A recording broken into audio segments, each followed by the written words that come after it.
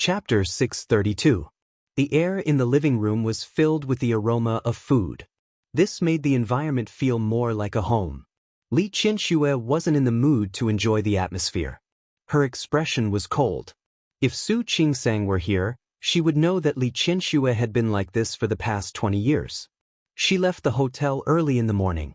After breakfast, she went to Su Qingsang's apartment. She sat in the car and watched Su Qingsang get sent to work by the driver. She watched Hu Jinyao leave too. After they left, she sat in the car for nearly 10 minutes before she got up. Li Qianxue had taken over the Li group recently. Although she was here to see her daughter, she was full of vigor. She was wearing a classic Chanel black dress with a white suit on top. The perfect combination of black and white made her slender figure look longer. Her long hair was tied up behind her head, and there was a delicate diamond necklace around her neck. Compared to Xiang Kaiping, who only wore an apron and had some flour on her hands, she was from two different worlds. Because of Su Peijian, the two of them had fought each other once. However, because of what Su Peijian had done, Li Qianxue didn't say much to Xiang Kaiping. This time, it was different. She stared at Xiang Kaiping. Looking at her, she thought of the grievances she had suffered for more than 20 years, Su Qinghui and Su Qingsang. She could forget about Su Qinghui. She had divorced him and accepted it. But Su Qingsang couldn't. The atmosphere in the living room was still silent. She didn't move, and neither did Xiang Kaiping. Li Qianxue looked around the room and finally walked to the dining table. There was a lot of flour on the table as well as stuffing and molds. Mooncakes. Li Qianxue turned to look at Xiang Kaiping, her eyes cold. Xiang Kaiping wiped her hands on the apron and didn't answer her. Good craftsmanship. Li Qianxue picked up a mold. It was a very small mold with cute animal shapes on it. Xiang Kaiping took a few steps forward and stood opposite Li Qianxue. You don't have good eyesight. Li Qianxue put down the mold and put her hands on the table. She leaned forward and stared at Xiang Kaiping's face. Xiang Kaiping, I want to ask you, where did you get the courage to stay here? Xiang Kaiping frowned slightly. She didn't like Li Qianxue before because of Su Qinghui, but now because of Su Qingsang. Su Qingsang was such a good daughter, but Li Qianxue had given birth to her. This made her feel very strange. Hu Jinyao invited me here. Qingsang asked me to stay. Li Qianxue sneered. You'll stay just because she asked you to? Where's your shame? Li Qianxue. Xiang Kaiping looked embarrassed. She didn't hear what Su Qinghui said to Su Qingsang when he came yesterday, but she could guess. Today, Li Qianxue had come knocking on his door, and with such a rather rude attitude. Whether I stay or not doesn't seem to have anything to do with you, right? How could it have nothing to do with me? Li Qianxue raised her eyebrows. Her bright and beautiful face was full of arrogance. It's my daughter's home. It's the home of my daughter and son-in-law. Xiang Kaiping, what identity will you use to stay? Xiang Kaiping was a little unsure, but it was a fact that she liked Su Qingsang. It was true that she had given birth to Su Peijian, but it was also true that she had spent a few months with Su Qingsang. She lived alone in such a big villa. It was inevitable that she would be lonely. Su Peijian went to prison. Sometimes, she would sit for a whole day without saying a word. No matter how good Aunt Zhao was, she was only there to help out. Most of the time, she stayed in that house and thought about her life for so many years. It didn't matter to her to be alone in the past because she had never enjoyed the warmth of family by her side. But later, she didn't want to be alone anymore. Su Qingsang wasn't her biological daughter, but she liked it here. Su Qingsang respected her enough and was close enough. Except for the way they addressed each other, they were almost like mother and daughter. Therefore, even though she knew that this situation was just a superficial piece brought about by Su Qingsang's pregnancy, she still couldn't help but cling to this feeling of home and was reluctant to leave. Now, Li Qianxue's appearance had uncovered the layer of peace that she thought was on the surface, making her understand that this place didn't belong to her. She was silent, and there was a little embarrassment on her face. Xiang Kaiping hadn't taken care of herself all these years. Her hair had already turned gray, and the wrinkles at the corners of her eyes couldn't be hidden. She looked at least 10 years older than Li Qianxue. At this moment, Showing such an expression made Li Qianxue feel like she was bullying her. This made her feel even more uncomfortable. The weak had always been pitted. Was Xiang Kaiping trying to say that she was bullying her? Say it. What identity are you using to stay here? Li Qianxue's voice became more and more impolite. Are you a nanny? Or a chef? Li Qianxue. Xiang Kaiping seemed to have finally found her voice. There was a hint of anger in her stiff voice. Don't go too far. Am I going too far? You stayed in my daughter's house and didn't leave. You wanted to steal my daughter. Who's going too far? I didn't. Xiang Kaiping couldn't defend herself. It was Qingsang. Hua Jingyao asked me to come. You came just because he asked you to? To put it bluntly, you still want to steal my daughter. I didn't. Qingsang is your daughter. I know very well. Of course you know. It's because you know that it makes it seem that you did it on purpose. She walked around the table and stood in front of Xiang Kaiping. She was a little taller than Xiang Kaiping. She looked down at Xiang Caiping's face. Because what you did was just to take revenge. Li Qianxue. Li Qianxue sneered and looked at Xiang Caiping's expression. You want to take revenge on me. You want to take revenge on me for stealing Su Qinghui. You also want to take revenge on Hua Jinyao for sending Su Peijian to prison. That's why you're here now? I didn't. Xiang Kaiping had never thought about taking revenge. Maybe she had at the beginning. When she first returned to Lin City, she really hated Su Qinghui and Li Qianxue. Even now, she still hated them. However, she knew too well that she couldn't do anything. You didn't? Li Qianxue pointed at the ingredients on the table and said, Isn't this called revenge? You treat Qingsang well. You take care of her and make her grateful to you. Then she can't leave you. When that time comes, my daughter won't be close to me but to you. This is your revenge on me, isn't it? I didn't. Xiang Kaiping had been running her own business for more than 20 years and had some success in her career. However, she couldn't compare to Li Qianxue, who had been the heir of the family since she was a child. For a moment, her momentum was taken away by Li Qianxue. Her hesitation and pause were the best explanation. Li Qianxue took another step forward and said in a colder voice, You've already done this. Xiang Kaiping. You've lived here for a long time, haven't you? For such a long time, Qingsang didn't tell me about your existence. She didn't even mention you in front of me. She knew that what she did would make me unhappy, but she still let you stay. Because her heart has unknowingly been biased toward you. But what about you? All you're thinking about is revenge. Li Qianxue, you're talking nonsense. I didn't. You said you didn't, but your behavior, everything you did, was to take revenge on me. Xiang Kaiping staggered and took a few steps back. Are you feeling guilty? Because I'm right? Li Qianxue sneered and didn't hide the disdain on her face. Many years ago, you couldn't compete with me and hated me for stealing your man. So many years later, you found an excuse to get close to my daughter. You wanted to steal my daughter. Xiang Kaiping, you're really something. If someone stole her, it means that she wasn't mine. Xiang Kaiping finally calmed down a little. She looked at Li Qianxue and tried to suppress her anger. You said that yourself back then, and I'm telling you the same thing now. If you think that I stole Qingsang, it only proves that she isn't yours. You admit it. Li Qianxue smiled and said, Xiang Kaiping, do you think I'm Su Qinghui?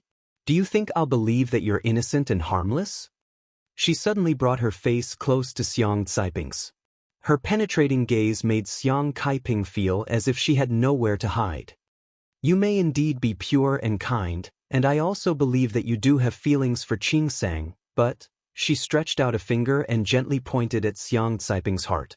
It's also true that you want to take revenge on me. Her voice was very soft, and she was very close to Xiang Kaiping. At such a close distance, Xiang Kaiping could see her expression clearly. Xiang Kaiping blinked and gently pushed the finger away. So what if it is? Taking a step back, Xiang Caiping's voice had regained its calmness. Can I take revenge on you? You know what you've done. You stole Su Qinghui from me. It's been more than 20 years, and you raised my daughter to be like that. If it weren't for you, if it weren't for Su Qinghui, How could Peijian become like that? What's more, Peijian only wants you to be her mother, so why can't I make Su Qingsang closer to me? Sometimes, I really want, and I really hope, that Qingsang is my daughter. I don't think I did anything wrong. Just like you were when you were pregnant. You came to me and told me that you were pregnant with Su Qinghui's child. Do you still remember? You said that before, you didn't care. But after you had a child, you and I relied on our own abilities. Li Qianxue, I'll say this back to you now. We rely on our own abilities. If you can make Su Qingsang kick me out and out of this family, then I admit defeat. If you can't, I'm really curious. What method will you use to make me leave your daughter? Li Qianxue wasn't in a hurry to accept Xiang Caiping's challenge. She chuckled, pulled out a chair and sat down. After so many years, Xiang Caiping, why are you still so naive? Xiang Caiping looked at her and frowned slightly. Li Qianxue's fingers gently tapped on the table. Then, she supported her chin with one hand and looked at her sideways. Back then, you couldn't win against me. What makes you think that you can win against me now? Wake up, Li Qianxue said bluntly. Qingsang is my daughter. If she had to choose between hurting you and hurting me, I can bet with you that she would definitely choose to hurt you. If I were you, I would leave on my own. After all, it wouldn't look good if someone really chased you away. I won't leave. Xiang Caiping was unexpectedly stubborn this time. I told you, I was invited by Hu Jinyao.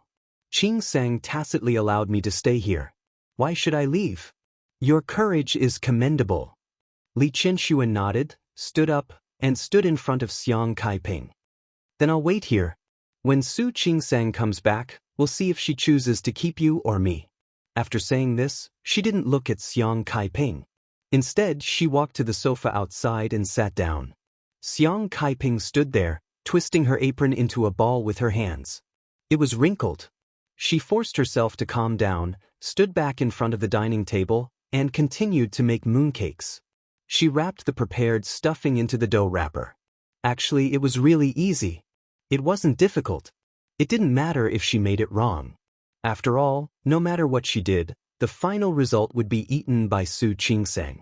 She really wasn't picky in this aspect, unlike Su Peijian, who didn't eat this or that. Her eyes were a little hot, but Xiang Caiping just lowered her face and didn't even raise her head. In less than 2 minutes, 2 drops of hot tears appeared on the back of her hand. The temperature made her hand feel as if it was being burned. At this moment, she was even glad that Auntie Yu had gone home first. Otherwise, she definitely wouldn't want others to see her like this. Another drop of tears fell, and she didn't even raise her hand to wipe it away. Li Qianxue was mostly right. She really liked Su Qingsang, but she also really wanted to compete with Li Qianxue. It had been more than 20 years. She wouldn't forget how Su Qinghui abandoned her and married another woman. But she wouldn't forget it either. At that time, Li Qianxue, who was pregnant, ran to her and asked her to quit. She said that she was pregnant with Su Qinghui's child. She said that if Su Qinghui really didn't like her, why would he touch her? Xiang Caiping's appearance was average. When she was young, she was just a delicate and pretty girl. Her family background was also average. Her mother was a nurse, and she also learned to be a nurse. However, before she could become like Nightingale, she was first taught a lesson by Li Qianxue.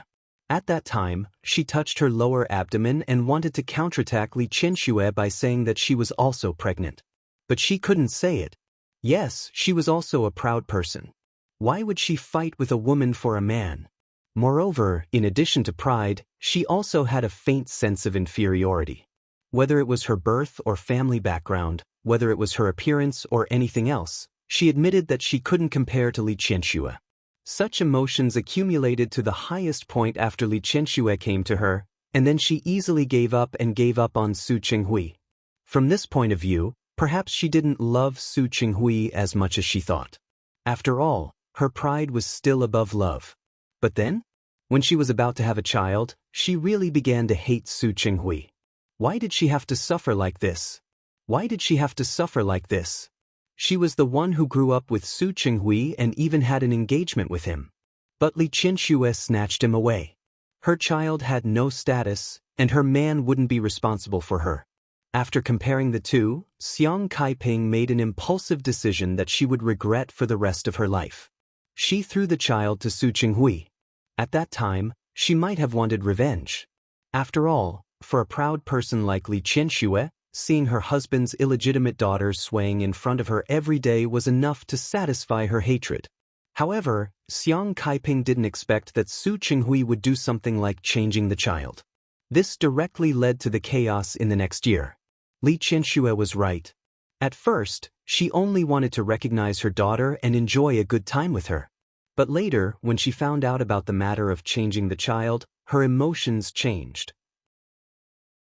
Su Qinghui and Li Qianxue were both targets of her hatred. Without Li Qianxue, there wouldn't be Su Qinghui's betrayal. Without Su Qinghui, there wouldn't be two children's messed up lives. She really wanted to take care of Su Qingsang and accompany her to give birth to the child. But deep down, she really wanted to see Li Qianxue make a fool of herself. Aren't you powerful? Aren't you capable? Aren't you omnipotent? Aren't you going to steal my man? But now, your daughter is closer to me, but she's estranged from you. If there's a problem, your son-in-law even asked me for help, but he didn't want to tell you. With such a comparison, the distance between them was obvious. She even thought that soon, when Su Qingsang was about to give birth, Li Qianxue would definitely come to Rong City. At that time, she could let her take a good look. She, Xiang Kaiping, could do things that she, Li Qianxue, couldn't do. However, she didn't expect Li Qianxue to come so soon. She couldn't even wait for Su Qingsang's belly to get bigger and for her child to be born. Leave just like that? Xiang Kaiping was unwilling. She promised Su Qingsang to make mooncakes for her to eat. She couldn't go back on her word. But what if she didn't leave? Li Qianxue was Su Qingsang's biological mother. Was there a need to ask who she would choose?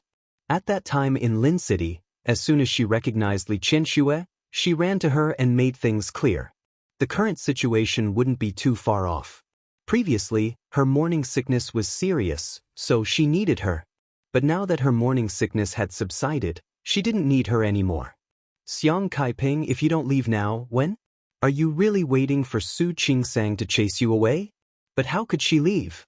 She liked Su Qingsang and liked living with her. She also promised her a lot of things that she hadn't done. She really wasn't willing to leave just like that. Tears blurred her eyes. Xiang Caiping's heart was in a mess.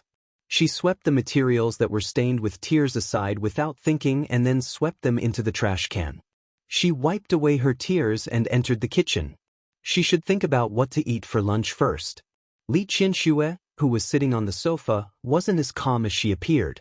She couldn't sit still when she saw Xiang Kaiping continue to busy herself with the things at hand so calmly. She calculated the time very well. It was now morning. Su Qingsang and Hu Jinyao should be back in the afternoon.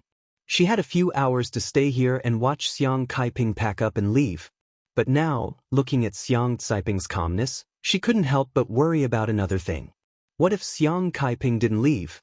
Would Su Qingsang tell her to leave when she came back, or would she tell her to leave? Li Qianxue suddenly became uncertain.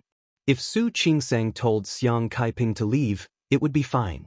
Her pride and dignity would be saved. But what if Su Qingsang couldn't bear to tell Xiang Kaiping to leave? What if she asked her to stay?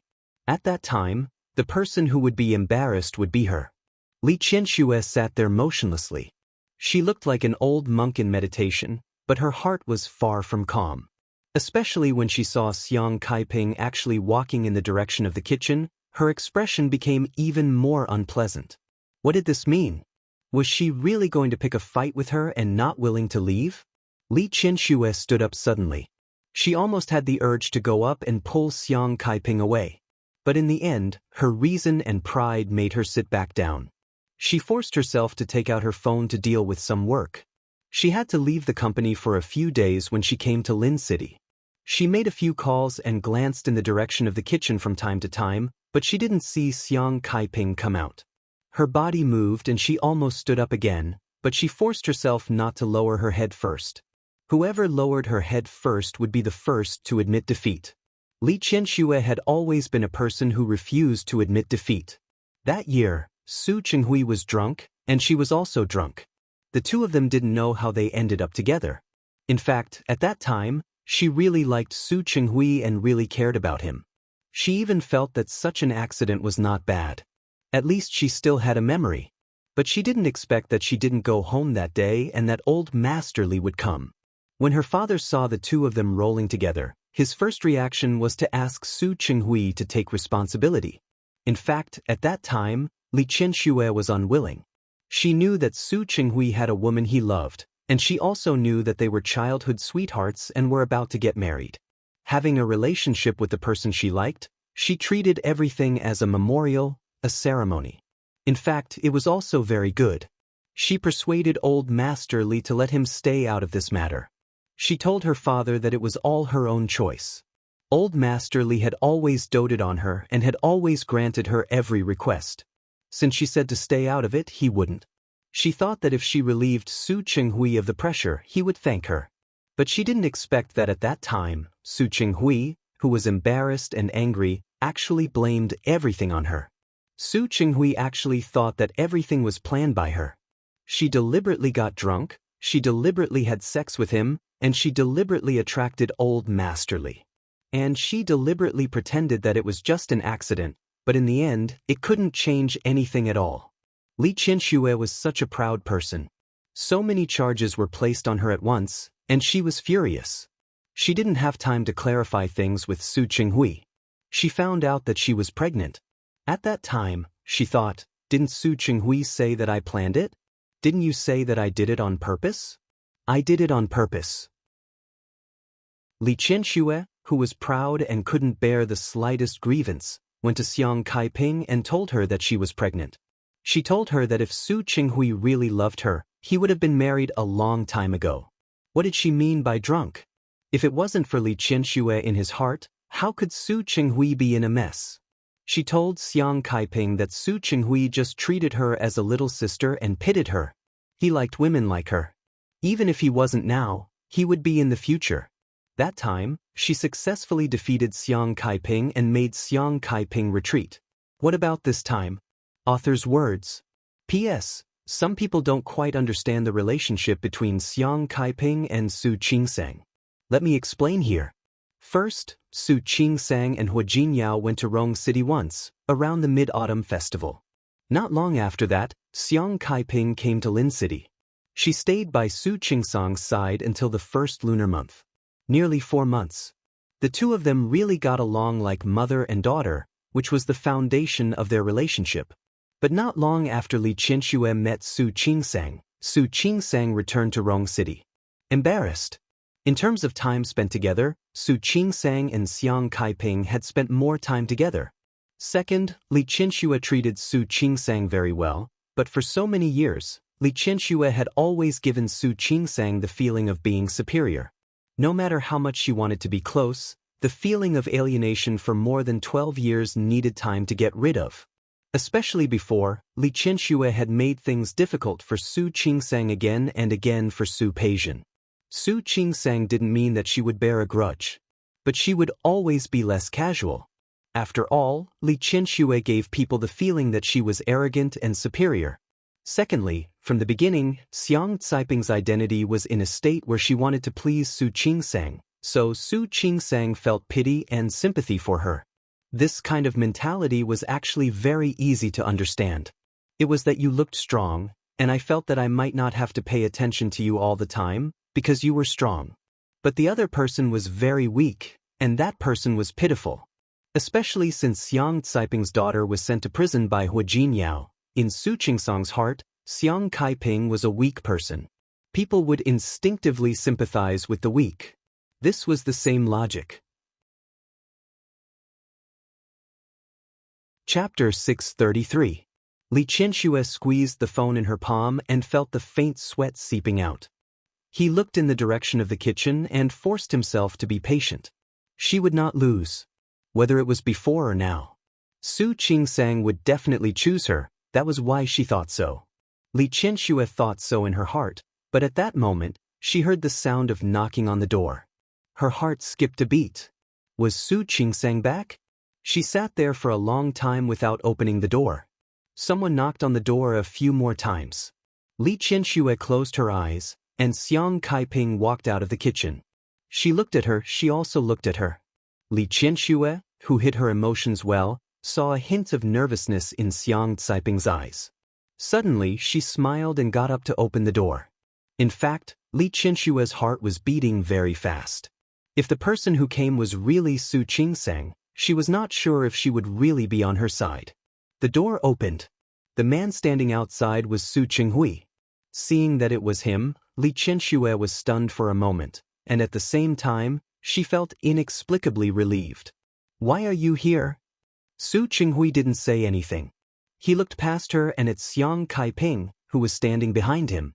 She wore an apron and stood there with a complicated expression on her face.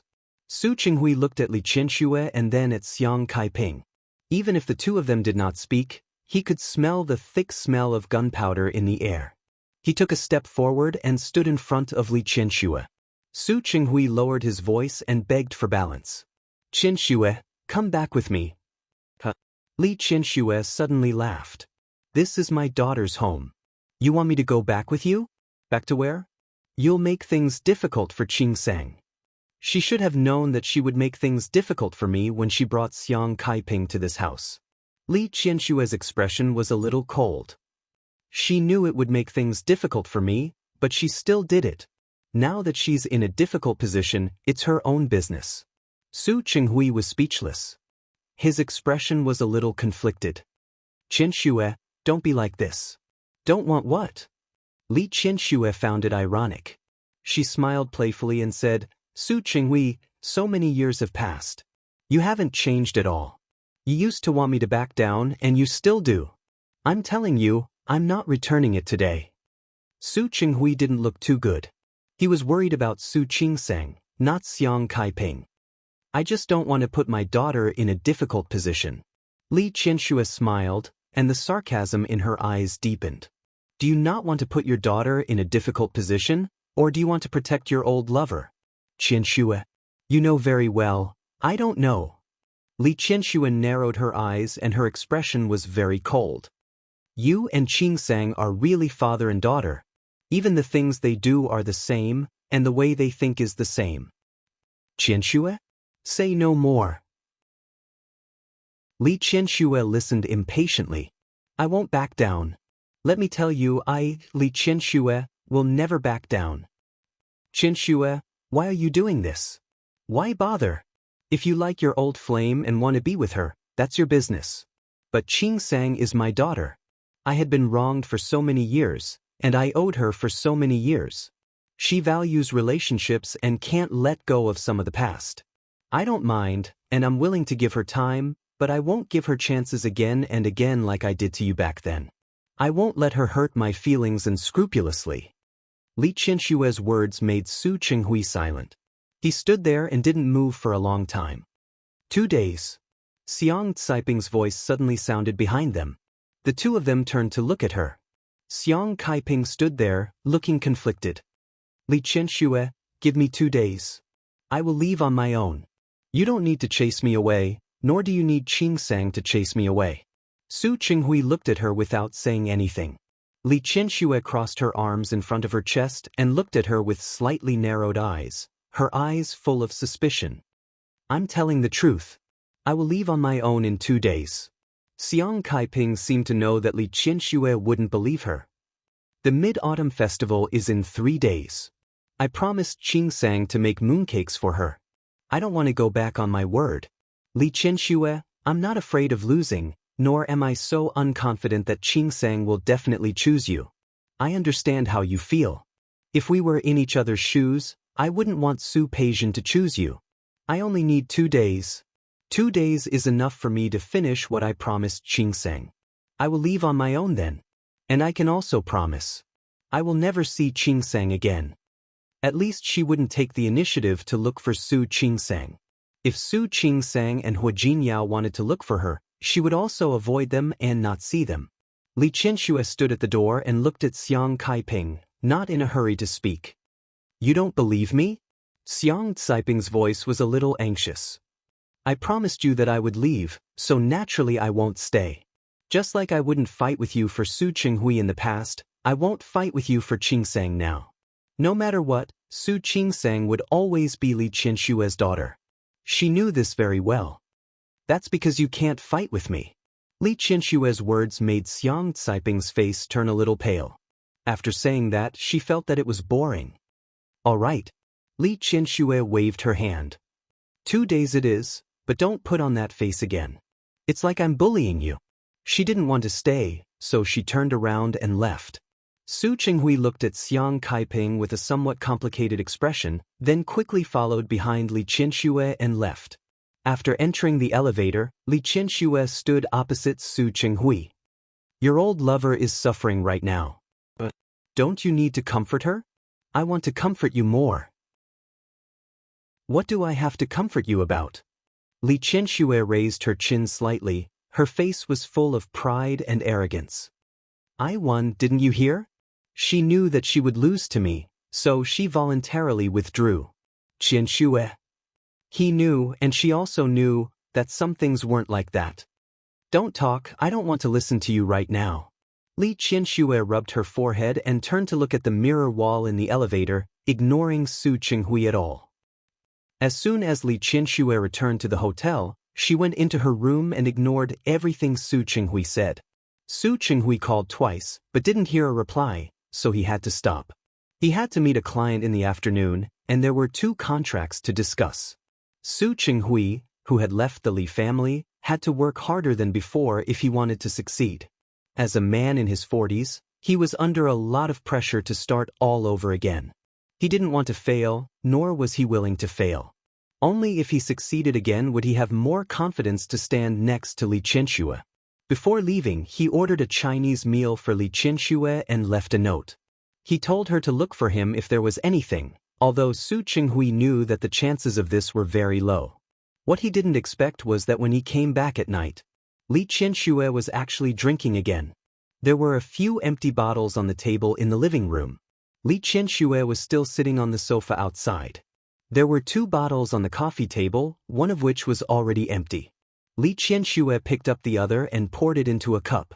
The smell of alcohol made Su Qinghui realize that Li Qinsue had probably drunk a lot. Without thinking, he stepped forward and reached out to snatch her cup away. Qinsue, stop drinking. Go away. Li Qinsue was in a bad mood today. She wanted to change places, but because she was in a bad mood, she continued to stay here. She didn't change hotels, but it didn't mean that she needed to listen to Su Qinghui. It didn't mean that she forgave Su Qinghui. Su Qinghui knew that Li Qinsue didn't care as much as she showed. Whether it was him or Su Qingsang. Back then, he and Su Qingsang probably made Li Qinsue feel hurt. Seeing that Li Qinsue didn't want a cup and was about to drink from the bottle, Su Qinghui snatched the bottle away. Give it back to me. Li Qinsue was indeed very annoyed. Just a while ago, Su Qingsang had a video call with her. Seeing that she was staying in an environment that was not at home at all, she didn't doubt Su Qingsang's words that she was on a business trip and not in Lin City. If Su Qingsang called back to the Li family in the next 2 days, she would know that she had come to wrong city. Unfortunately, she came to see Su Qingsang, and old Master Li went to see Su Yusin. Therefore, there was indeed no one in the Li family now. She was fine at first, but after chatting with Su Qingsang, Li Qinshue's mood began to sink. Some things could be persuaded to let go of, and she could tell herself that it was okay. But that was just an excuse. In fact, she just couldn't let go of it. In fact, it was okay. Why would Su Qinghui give her wine? He put down the bottle, held Li Qinshue's hand, and squatted down beside her. Don't drink anymore. It's not good for your health. What does my health have to do with you? Li Qinsue wanted to break free of his hand, but Su Qinghui didn't let go. Not only did he not let go, but he also hugged her. Qinsue, listen to me. Listen to me. If you really feel bad, you can cry it out. Or, you can hit me. In his memory, Li Qinsue had almost never cried, except for the time when she recognized Su Qingsang. For so many years, she had always been calm and collected. Crying was almost impossible for Li Qinsue. In the past, Su Qinghui didn't feel it, but now he was full of heartache. Li Qinsue looked at him expressionlessly. Cry? Who do you think I am? She was Li Qianxue, the daughter of the Li family, and the current leader of the Li family. She wouldn't cry. The more she said that, the more Su Chenghui's heart ached. Hugging her body tightly, he held her tightly in his arms. Qianxue, don't be like this. In the past, he did not understand. He just hated how aggressive she was and didn't like how domineering she was. But later on, he understood that whether she was arrogant or flamboyant, it was just her performance. Her heart was like any other woman's. Longing for love, needing love. Li Qianxue struggled a few times, but to no avail. She was too lazy to struggle. She was a little dizzy after drinking, and her mind was a little messy. She blinked and looked at Su Chenghui in front of her. She found him annoying no matter how she looked at him. Su Chenghui, are you laughing at me in your heart too? I didn't. How could he laugh at her? I'm not gentle and I can't do it. I can't do housework. I can't clean the house, either. I don't know how to cook, nor do I know how to make desserts and mooncakes to make people happy. To put it bluntly, I'm actually a woman with nothing but my family background. She's different. She's gentler and more capable than I am. You're better at pleasing people than I am. You know how to take care of people and treat them better than I do. Her eyes were stained with tears. She wasn't really depressed. She could withstand the hurt from Su Chenghui in the past. Su Chengsang's actions now didn't hurt her, but she felt a little uncomfortable. She could bear it, and she didn't care at all. But now that she was drunk, those hidden emotions were completely revealed. When she saw Xiang Kaiping, she couldn't help but think that she might indeed be inferior to Xiang Kaiping in some ways. That kind of emotion was enough to make her feel self-loathing and disgust. So no wonder all of you chose her. Compared to her, I really seem to be a failure.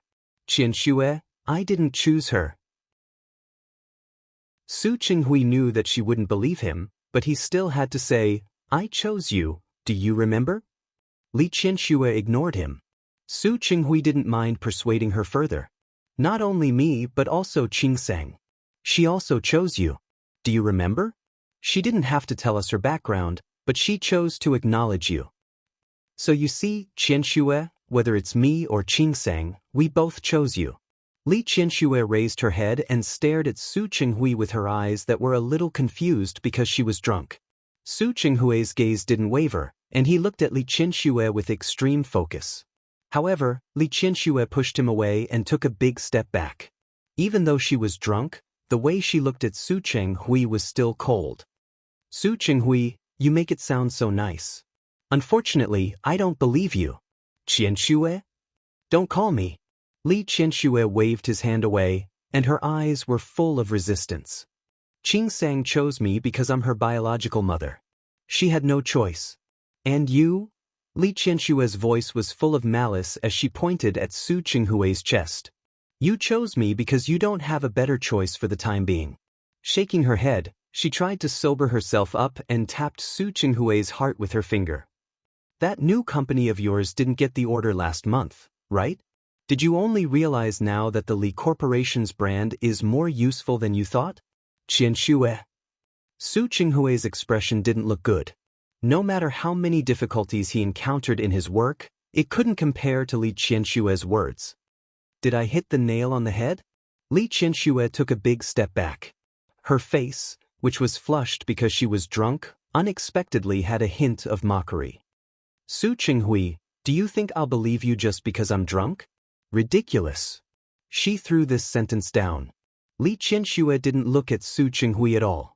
She walked past him and was about to go back to her room to rest. However, she had drunk too much after all. Her footsteps were a little unsteady. When she passed by the balcony door, she accidentally tripped. She was about to fall forward. Su Chenghui caught her in time. After Li Qianxue steadied herself, she quickly waved his hand away and went into the room with a cold face. Su Chenghui was left standing there looking at Li Qianxue's back. His heart was bitter, but it didn't change at all. Chapter 634. Wow. It's so beautiful. Su Qingsang looked at the ice mooncakes on the table. She couldn't hide the admiration in her eyes. Auntie, you're amazing. Xiang Kaiping looked at Su Qingsang's pure and clear eyes.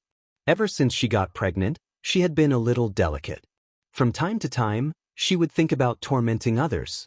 But this torment was only limited to food. In other places, she tried not to cause trouble for others. For example, she continued to go to work, and she continued to have surgery. This is actually very simple. I don't know how to do it even if it's simple. Su Qingsang looked at the pattern on the ice mooncake and touched it with her fingers. It's so cute. Try it. Xiang Kaiping looked at Su Qingsang and sighed softly in her heart.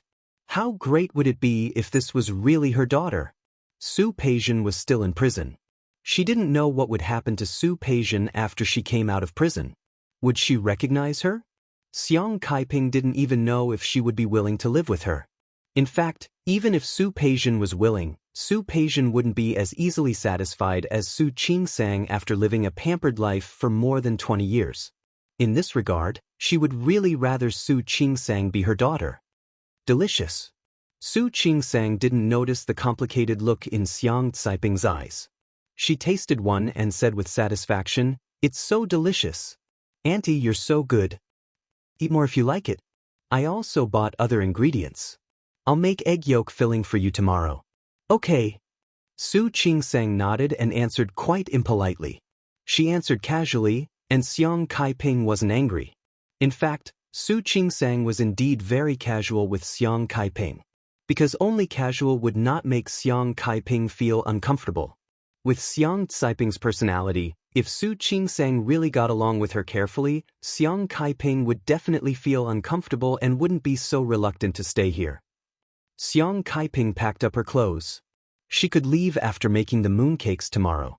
Looking at the room she had lived in for more than a month, she felt a little reluctant. In fact, how could revenge be more important than making himself comfortable? Unfortunately, no matter how good this place was, it wasn't a place that belonged to her. A knock on the door interrupted her thoughts. She opened the door and saw that it was Hu Jinyao standing outside.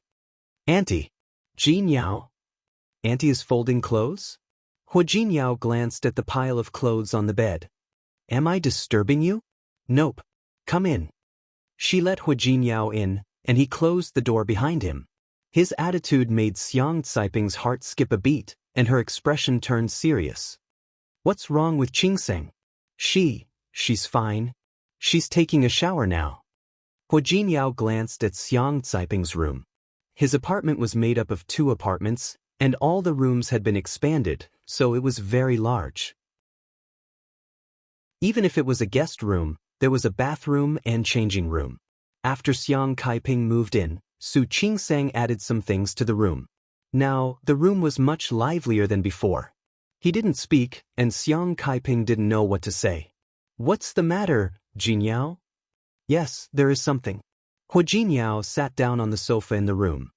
He didn't rush to speak, and his expression seemed a little solemn. "If you have something to say, just say it." Xiang Kaiping had a feeling that she knew what Hu Jinyao was going to say. "Auntie." After nearly a minute of silence, Hu Jinyao finally said, "Thank you for taking care of Qingsang for the past month. You've taken good care of her. She's also in a much better condition than before. Today, she had a checkup at the hospital. Everything is normal, and she's very healthy. It's all thanks to you." "It's nothing. Qingsang doesn't mind." "Of course it's thanks to you. If it weren't for you, Qingsang would still be vomiting. I'm really grateful to you." "Jinyao," Xiang Kaiping interrupted him. "If you have something to say, just say it." "Actually, it's nothing." Hu Jinyao found it very difficult to say. "Qingsang's mother is here. She's living in a hotel now." Silence. Hu Jinyao couldn't continue. In fact, the 5-star hotel was owned by Tang Mohan's family.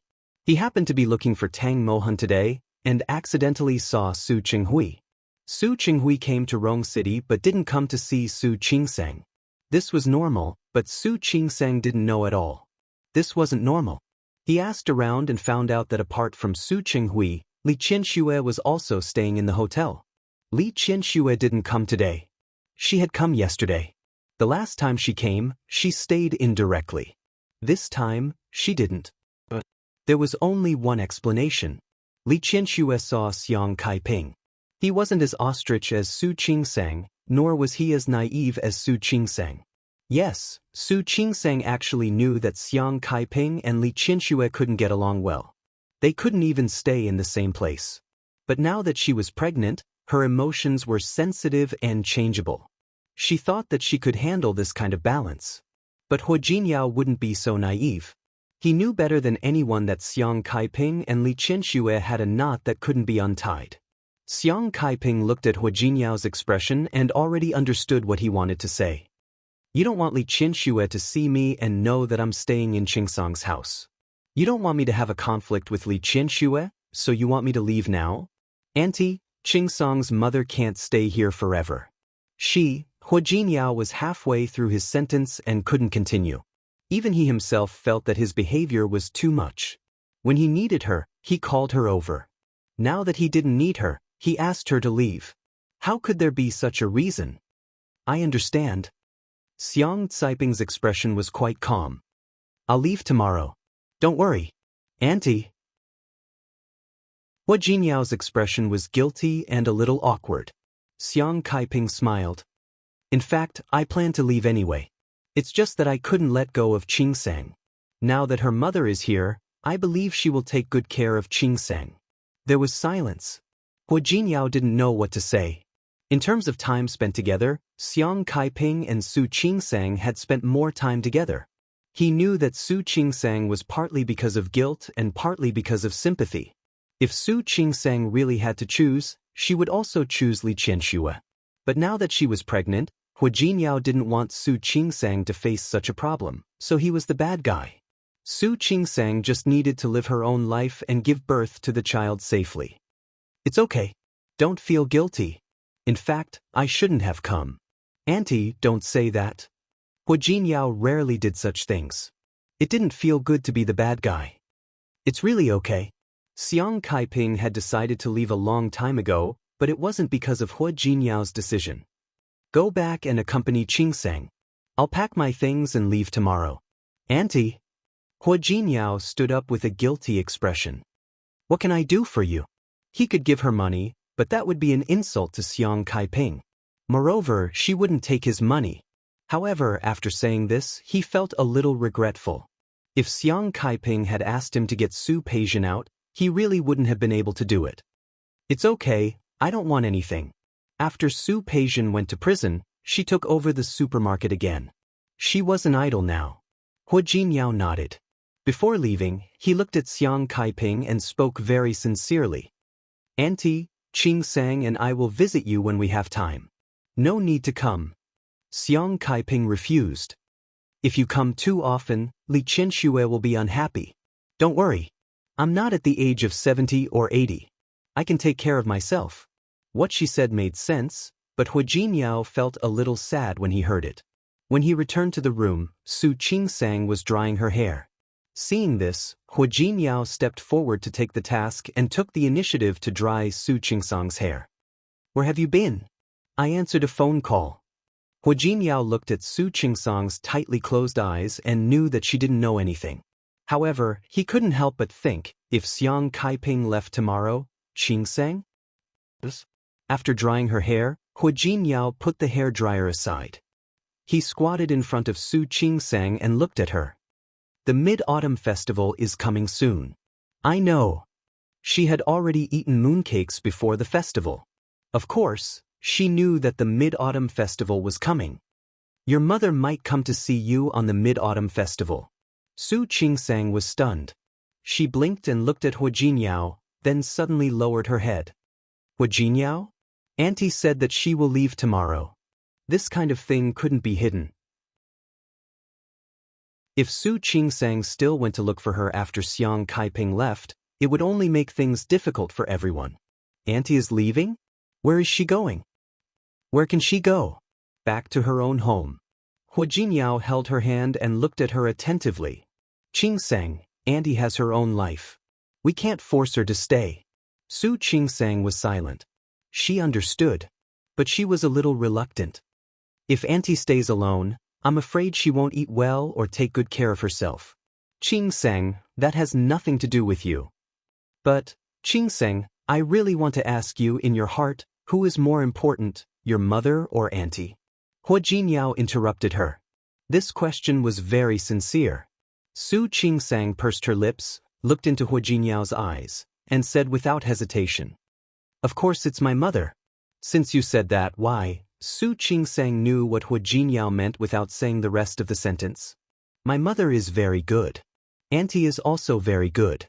In my heart, I never thought of comparing them." Su Qingsang could tell the truth in front of Hua Jinyao. "But I feel very guilty about Auntie. Those things have nothing to do with you, and those problems weren't caused by you." "I know." She understood Hua Jinyao's words and understood them. But understanding was one thing, and not being able to get over the hurdle in her heart was another thing. She mistook me for someone else. When she took care of me in Lin City, my relationship with her was getting better and better, and I really regarded her as my mother. But who knew that she wasn't? When I didn't know who my biological mother was, I wanted to make the best of the mistake. Because I could tell that Auntie liked me very much, and I liked her very much.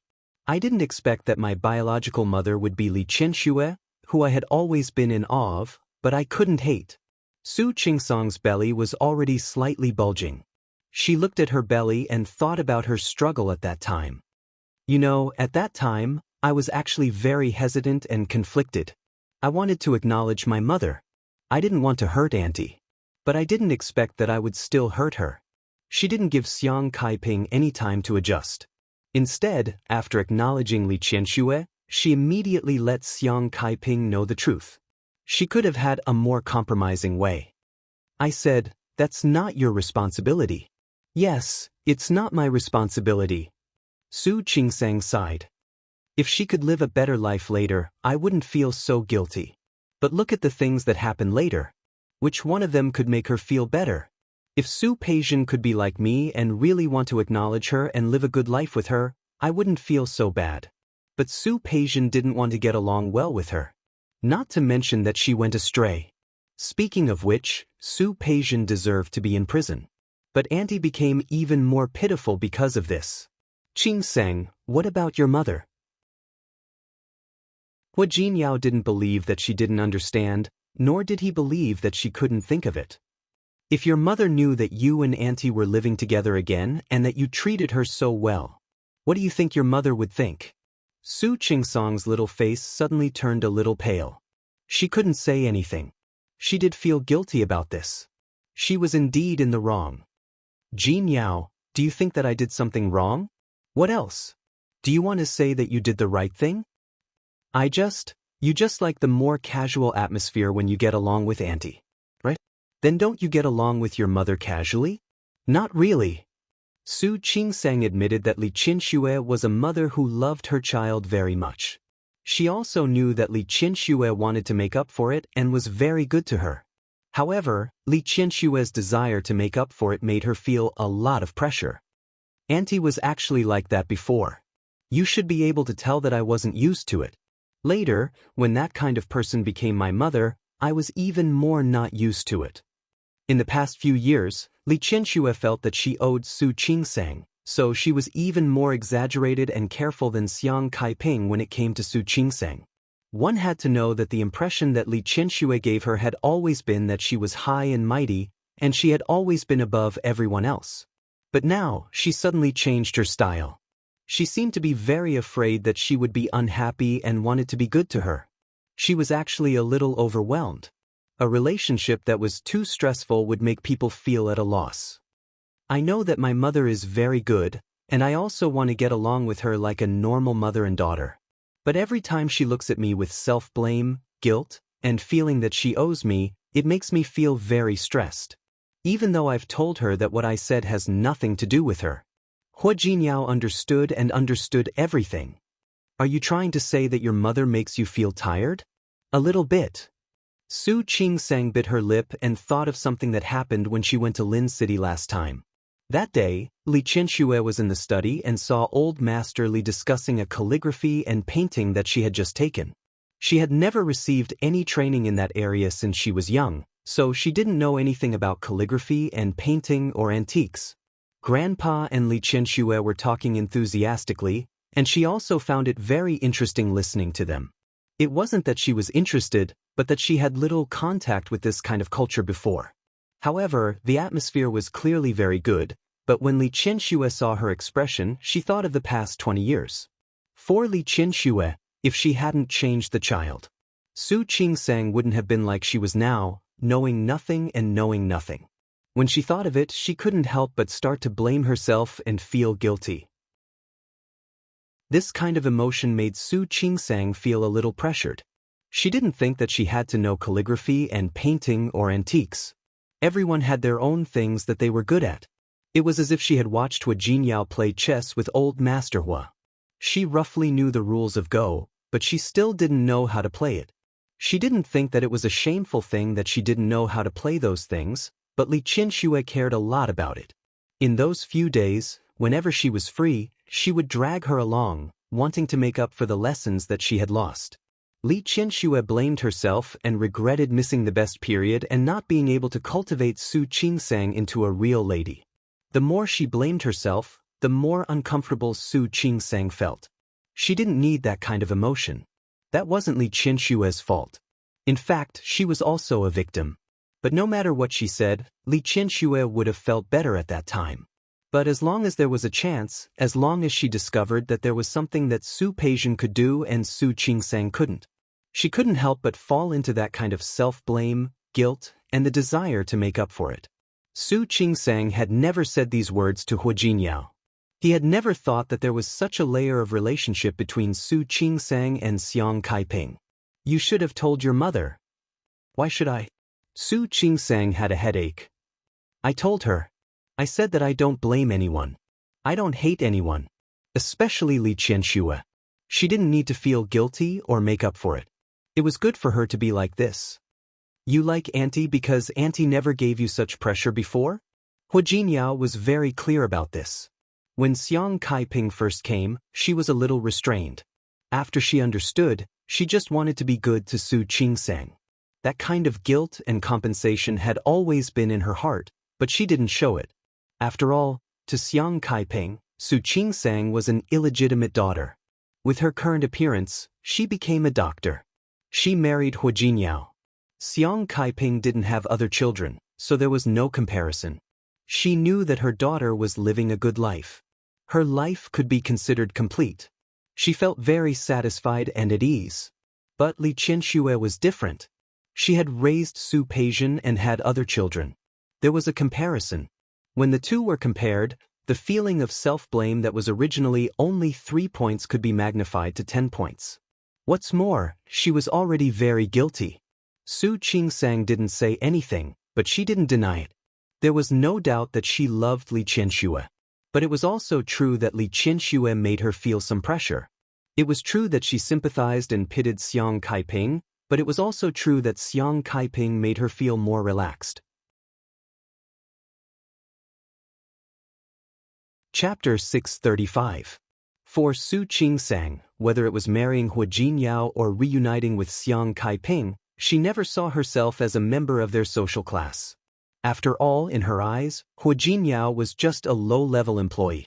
After they got married, he treated her so well that she didn't even see him as a CEO. Although Xiang Kaiping had her own business in Rong City, she was still far from being a real rich family.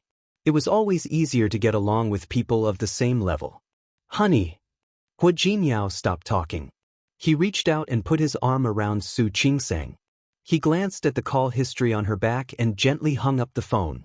Su Qingsang didn't feel it at all. She just leaned against Hua Jinyao's chest and said, "Do you think I'm too willful? I won't." His wife was always right no matter what she did. He could do whatever he wanted. Su Qingsang smiled and rubbed her head against his chest. She was satisfied with his unconditional indulgence. However, there were indeed some things that needed to be resolved. After thinking for a while, he said, "Tomorrow I will send Auntie off." Then I called my mom and asked her to come over and spend the Mid-Autumn Festival with me. Do you think my mother will be willing? Yes, of course. Su Qingsang sighed softly. What else can we do for Auntie? Don't do anything. Hua Jinyao believed that she would understand.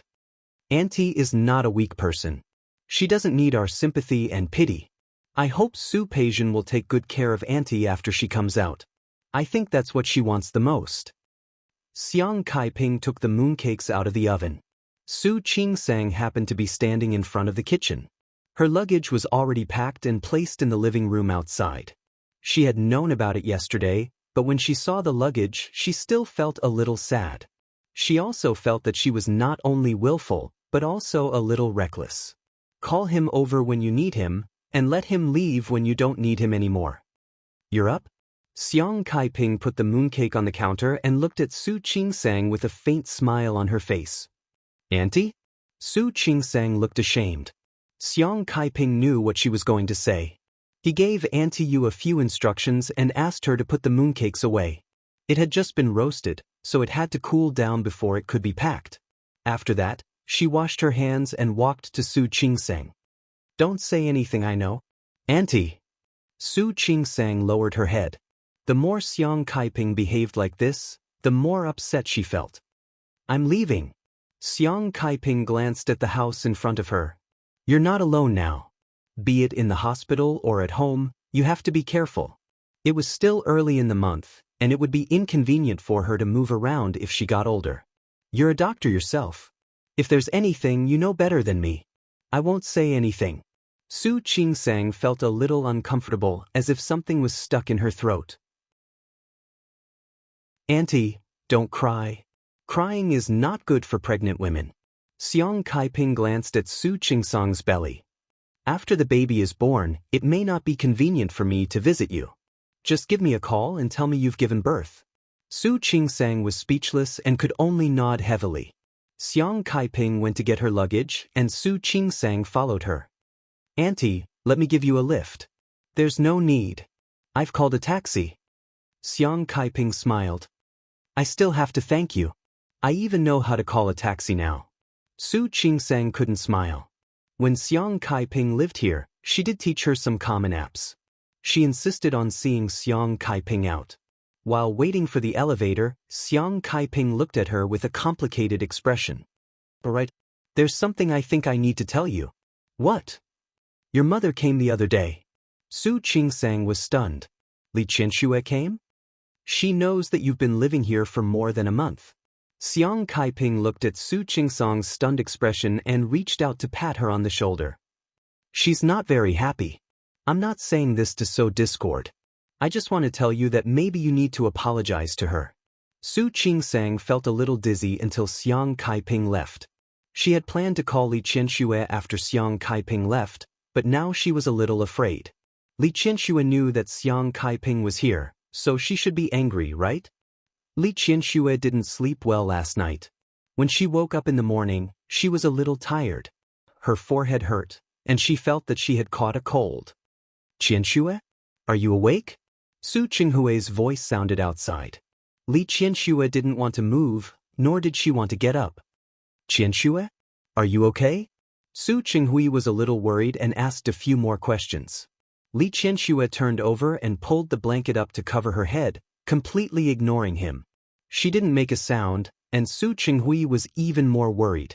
He kept knocking on the door. Li Qianxue was helpless. She had a headache from the knocking on the door, so she had to get up and open the door. Su Qinghui, I'm very tired. I'm too lazy to change hotels. It doesn't mean that I accept you disturbing me like this. You don't look good. Su Qinghui didn't seem to see the disgust in her eyes. He looked at Li Qianxue's face and took a step forward. Are you okay? I'm very good. If you don't disturb me, I'll be better. In fact, she just didn't rest well, but what did that have to do with Su Qinghui? You really don't look good. Su Qinghui raised his hand to touch her forehead. Li Qianxue avoided it and took a big step back. Don't touch me. Su Qinghui's hand was raised in midair. Because of Li Qianxue's actions, his face looked a little hurt. Li Qianxue didn't care about his expression at all. She wasn't feeling well now, and not sleeping well gave her a headache. She didn't expect that she would retreat too quickly and almost trip. Qianxue? Su Qinghui quickly reached out to support her. Li Qianxue wanted to retreat, but her body was a little weak. She was forced to snuggle in Su Qinghui's arms and stared at him with cold eyes. Su Qinghui, Let go of me. Su Chinghui had the habit of working out. All these years he had maintained his figure very well. Seeing Li Qianxue like this, he reached out and easily picked her up. Su Chinghui. Li Qianxue was anxious. Su Chinghui carried her and put her on the bed. He pressed down on her shoulder when she was about to get up. Tell me what you want to do. You need to rest now. You don't need to worry about my business. Su Chinghui looked at her stubborn look. This woman, he didn't know when it started, but she wasn't willing to show any weakness in front of him. She was like a hedgehog, wrapping herself tightly with thorns. But what should I do? I don't want to interfere in your business. He reached out and stroked her forehead. When he looked at her pale face, there was a flash of heartache in his eyes. I want to be involved in everything you do in the future, every day of your life. Ah! Li Qianxue sneered and slapped his hand away rudely. Her eyes were full of sarcasm. Su Chinghui, haven't you given me enough nightmares in the past 20 years? You still want to continue in the future? Sorry, I refuse. Su Chinghui's gaze darkened, and there was a hint of depression in his eyes. Li Qianxue didn't care. She turned her face away. Go away. I want to rest. I'll get someone to deliver the food. If you want to sleep, eat something first before you sleep. Su Chinghui, I think I have to remind you again. We're already divorced. I know. Of course, Su Chinghui knew. Don't be willful. It's not good for your health. I don't need your hypocrisy. Get out of my sight. Qianxue, I'm sincere. What do I have to do to make you believe me? I won't believe you no matter what. Li Qianxue couldn't stand his hypocrisy the most. Su Chinghui, you've forgotten what you've done and said. I haven't. I've said it before. I'll never forgive you in my life, let alone believe you. Give up. Qianxue? Although she deserved it, Su Chinghui still wanted to explain clearly. Get out. Su Chinghui wanted to say something, but he heard the doorbell ring. He glanced at Li Qianxue. Under her cold gaze, he helplessly turned around and opened the door. Li Qianxue really had a headache. She covered her forehead and thought that she really needed to catch up on sleep. Xiang Kaiping should be leaving today. She originally thought that after that woman left, she would go to Su Qingsang tomorrow. However, after hearing the conversation between Su Qingsang and Hua Jinyao yesterday, she suddenly felt that she didn't want to go. Ever since she met Su Qingsang, she had indeed wanted to make it up to Su Qingsang. Therefore, no matter what Su Qingsang said, she felt that she said it was okay because she didn't want to cause trouble for her. However, she neglected the possibility that Su Qingsang really didn't think it was okay.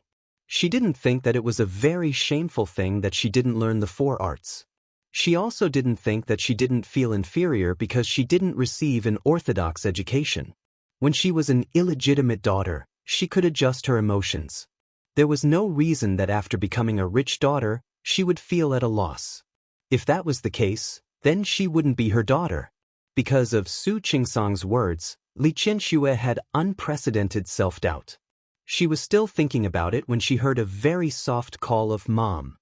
Li Qianxue turned around and saw Su Qingsang standing at the door in sportswear, looking at her timidly. Why are you here?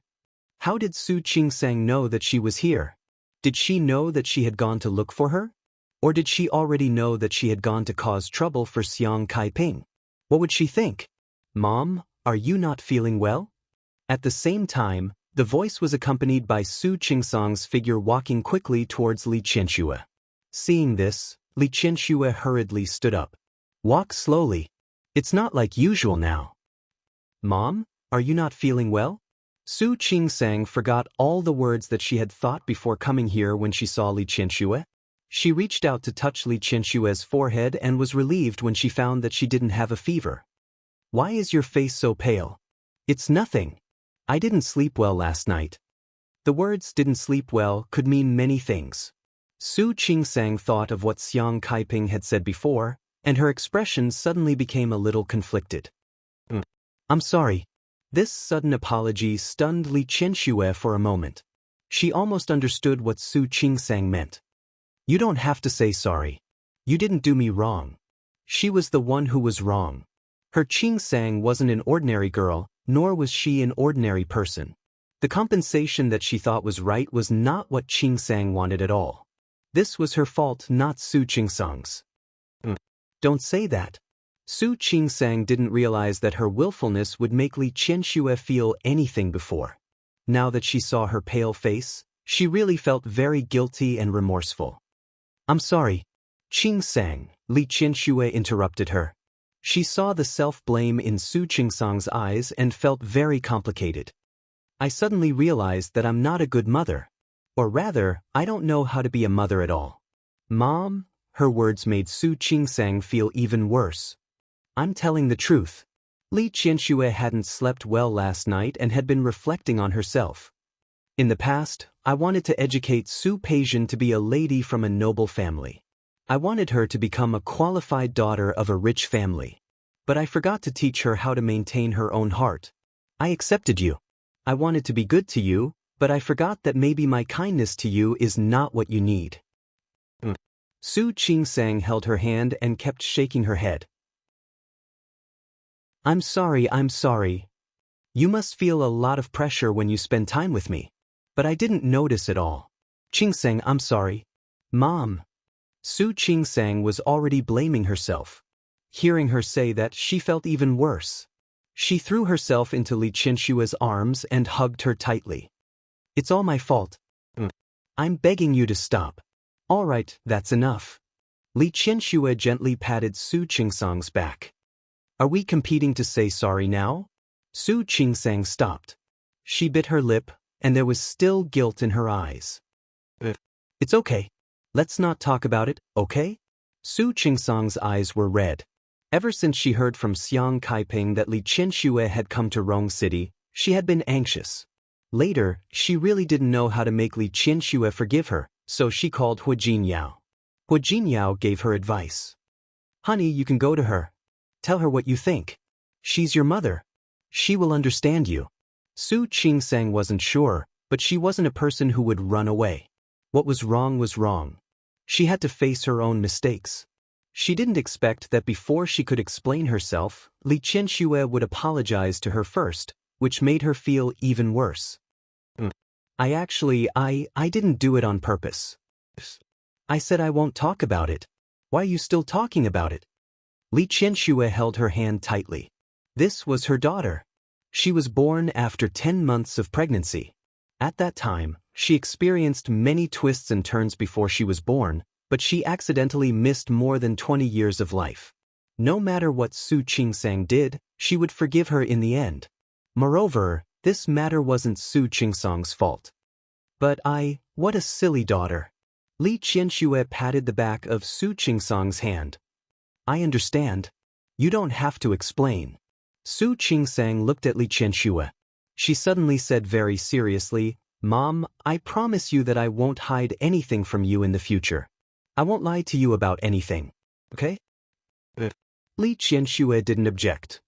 I also promise you that I will respect your opinion in the future and won't give you any pressure.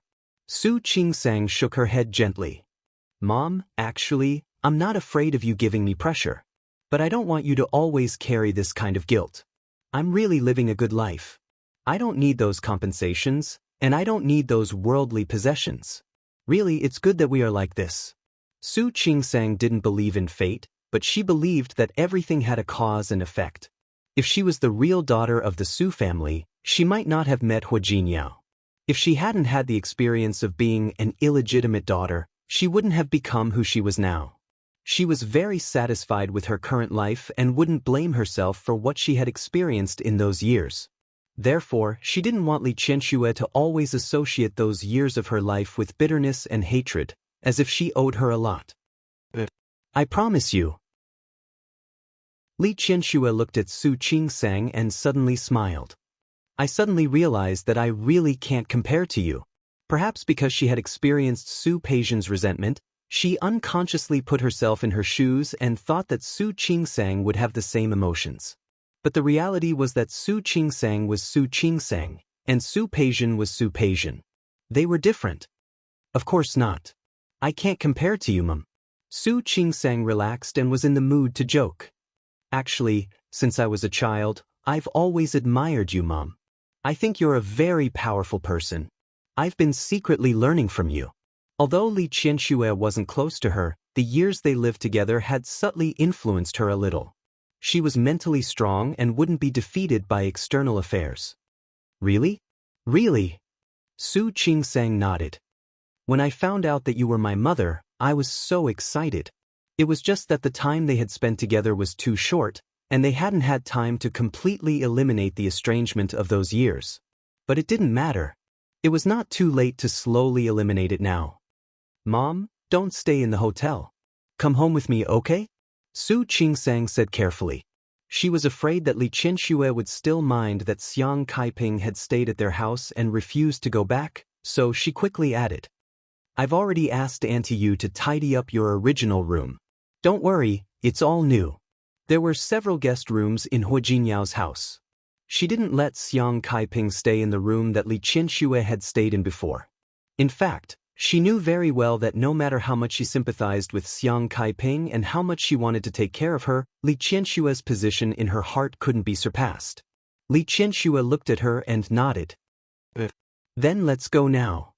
Su Qingsang stood up and glanced at Li Qianxue. By the way, Mom, where's your luggage? Let me help you pack it.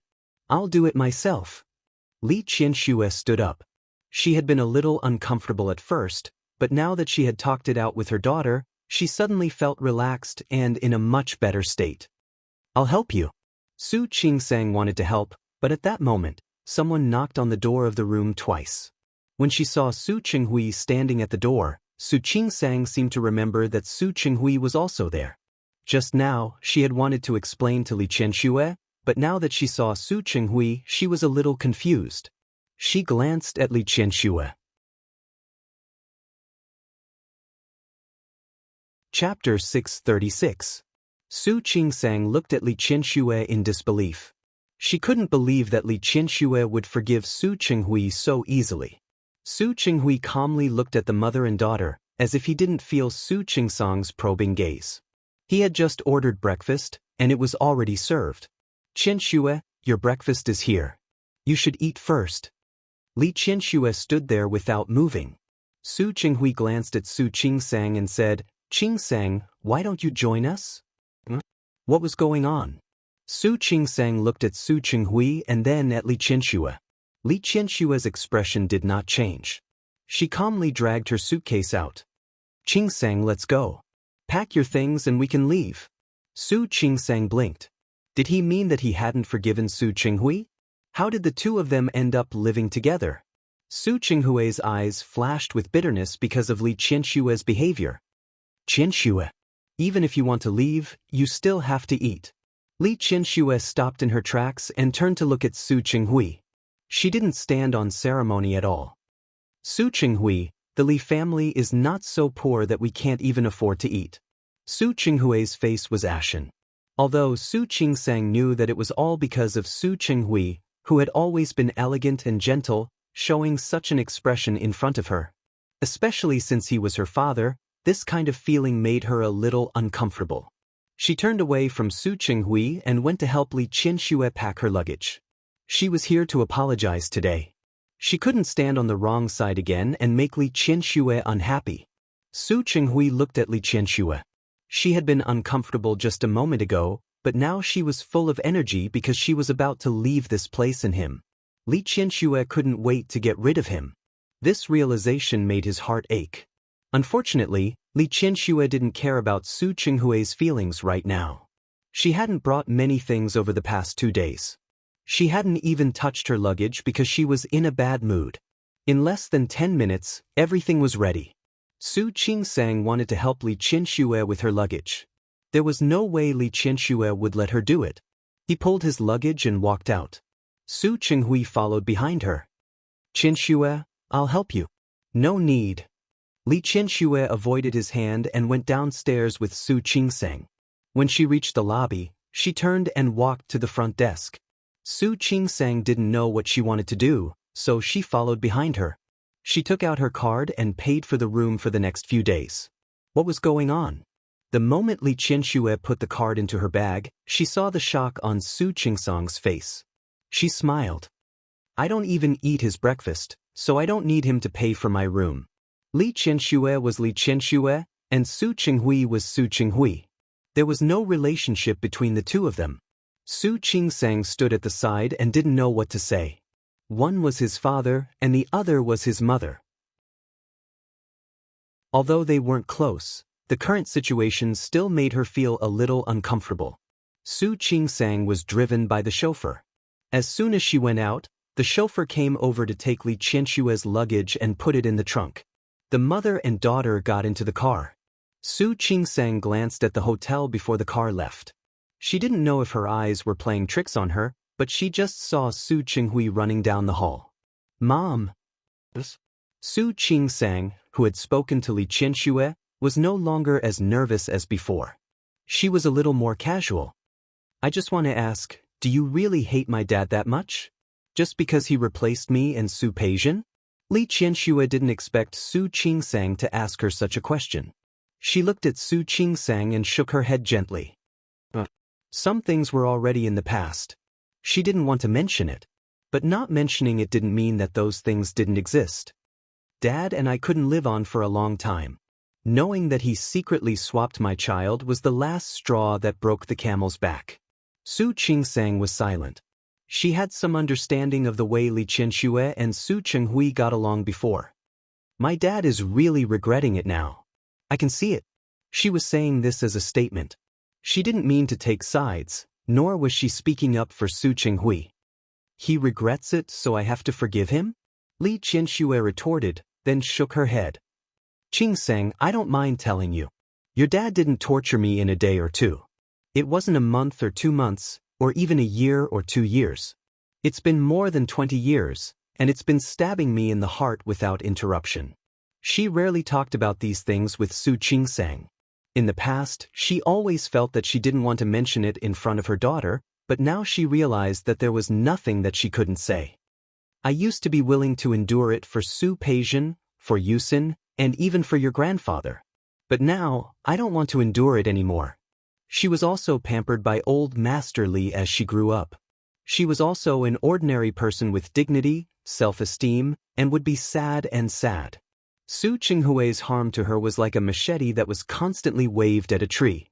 Machete after machete. She used to think that she could heal. She also tried her best to heal the wound every time she was injured. But now, she didn't want to get hurt again. Qingsang, when your body is injured, even if you recover one day, there will be scars. Not to mention the wound in your heart. Su Qingsang understood and stopped trying to persuade her. She slowly moved her face closer to Li Qianxue and rubbed her shoulder. If you don't want to forgive me, then don't. Anyway, you're my mother. No matter what you do, I will support you. You. Li Qianxue was relieved and touched Su Qingsang's face. Even if you don't support me, you won't change my decision. That's why I have to support you even more. Su Qingsang said with a smile, to strengthen your confidence. Li Qianxue smiled and felt a little more relieved. She couldn't be bothered to hate the person she wanted to hate now. But she would definitely cherish the person she wanted to cherish. Just as Su Qingsang had said before, she was still young, only in her 40s. She had a chance to slowly walk out of the haze of the past and live the rest of her life well. Xiang Caiping's sudden departure actually made Su Qingsang a little uncomfortable. But this unfamiliarity became very weak because of Li Qianshue's arrival. She brought Li Qianxue to a nearby tea restaurant for breakfast. Then they went home together. After entering the door, she led Li Qianxue to the guest room. As soon as the two of them put down their things, Ms. Yu came to look for them. Madam, those mooncakes are cold now. You can pack them up. Didn't Sister Xiang buy packaging bags earlier? Do you know where they are? Su Qingsang and Xiang Caiping had bought the ingredients for the mooncakes together. Ms. Yu didn't know where they were. Su Qingsang was about to answer when she suddenly thought of Li Qianxue, who was still in the room. Wait a minute. I'll come and get them for you later. Ms. Yu left. Su Qingsang looked at Li Qianxue nervously. Mom, before, you don't have to say it. I know. Li Qianxue knew that Xiang Caiping had made mooncakes for Su Qingsang. She also knew that Su Qingsang's meals were made by Xiang Caiping every day. Although she had already said it out loud, Su Qingsang was still a little nervous. It's okay. I'm not jealous. Li Qianxue looked at Su Qingsang very seriously. When I came to look for you yesterday, she said that she wanted me to give her 2 days. She said that she promised you that she would make mooncakes for you. Yes, Xiang Kaiping promised. But she left as soon as she finished making them. They drove her away in disguise.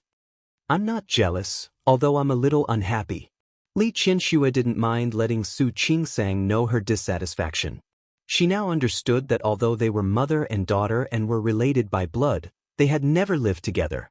Whether it was her or Su Qingsang, they both needed time to adapt to such a relationship and increase their intimacy. The most obvious one was to let the other party know your thoughts and understand your thoughts. However, you chose me in the end. I'm very happy. There was a hidden pride in Li Qianxue's tone. Su Qingsang heard it and heaved a sigh of relief.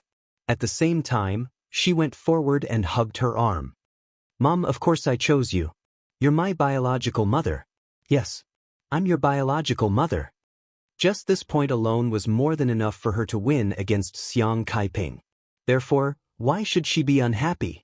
Why should she ruin her mood because of Xiang Kaiping? No matter what the reason was, 26 years ago, Su Qinghui chose her. 26 years later, her daughter chose her again. She won. Didn't she? Li Qianxue stayed. The next day was the Mid-Autumn Festival. Su Qingsang received a call from Lu Tongjia early in the morning, asking her to go back to the old house for the festival. This year, Li Qianxue would also be there. Su Qingsang couldn't let her be alone. Lu Tongjia also knew that Li Qianxue was there, so she asked Su Qingsang to bring her along.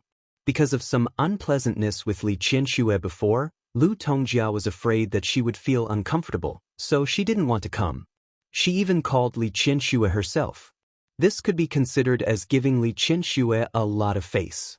Li Qianxue knew that this was Lu Tongjia's show of goodwill. She also understood that Lu Tongjia's current behavior was mostly because of the child in her daughter's belly. But no matter what, at least Su Qingsang wouldn't have problems with her mother-in-law and daughter-in-law in the future, which was already a big relief. Even if Hu Jinyao really didn't care, if Su Qingsang always had a bad relationship with Lu Tongjia, it would still be very embarrassing. Now that Lu Tongjia was willing to lower her status, it was enough to let Li Qianxue feel relieved and relieved. The Mid-Autumn Festival in the Hua family was similar to the Dragon Boat Festival. Hua Yangxiu's family and Hua Yangyuan's family all came. Because Su Qingsang was pregnant and had twins, she undoubtedly became the focus of everyone present. Among those who cared about her, Hua Mingliang's family was the only one who didn't. Hua Yifan was still sitting in prison. Nian Chunya went to see him a few times. Every time she saw him, she felt more and more upset. She didn't care what her son did. No matter how she blamed it, she could only blame Hu Jinyao for being cold-blooded and old Master Hua for being heartless.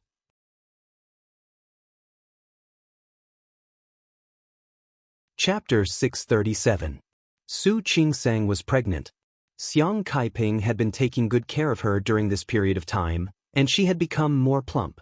After talking things out with Li Qianxue, he looked much better.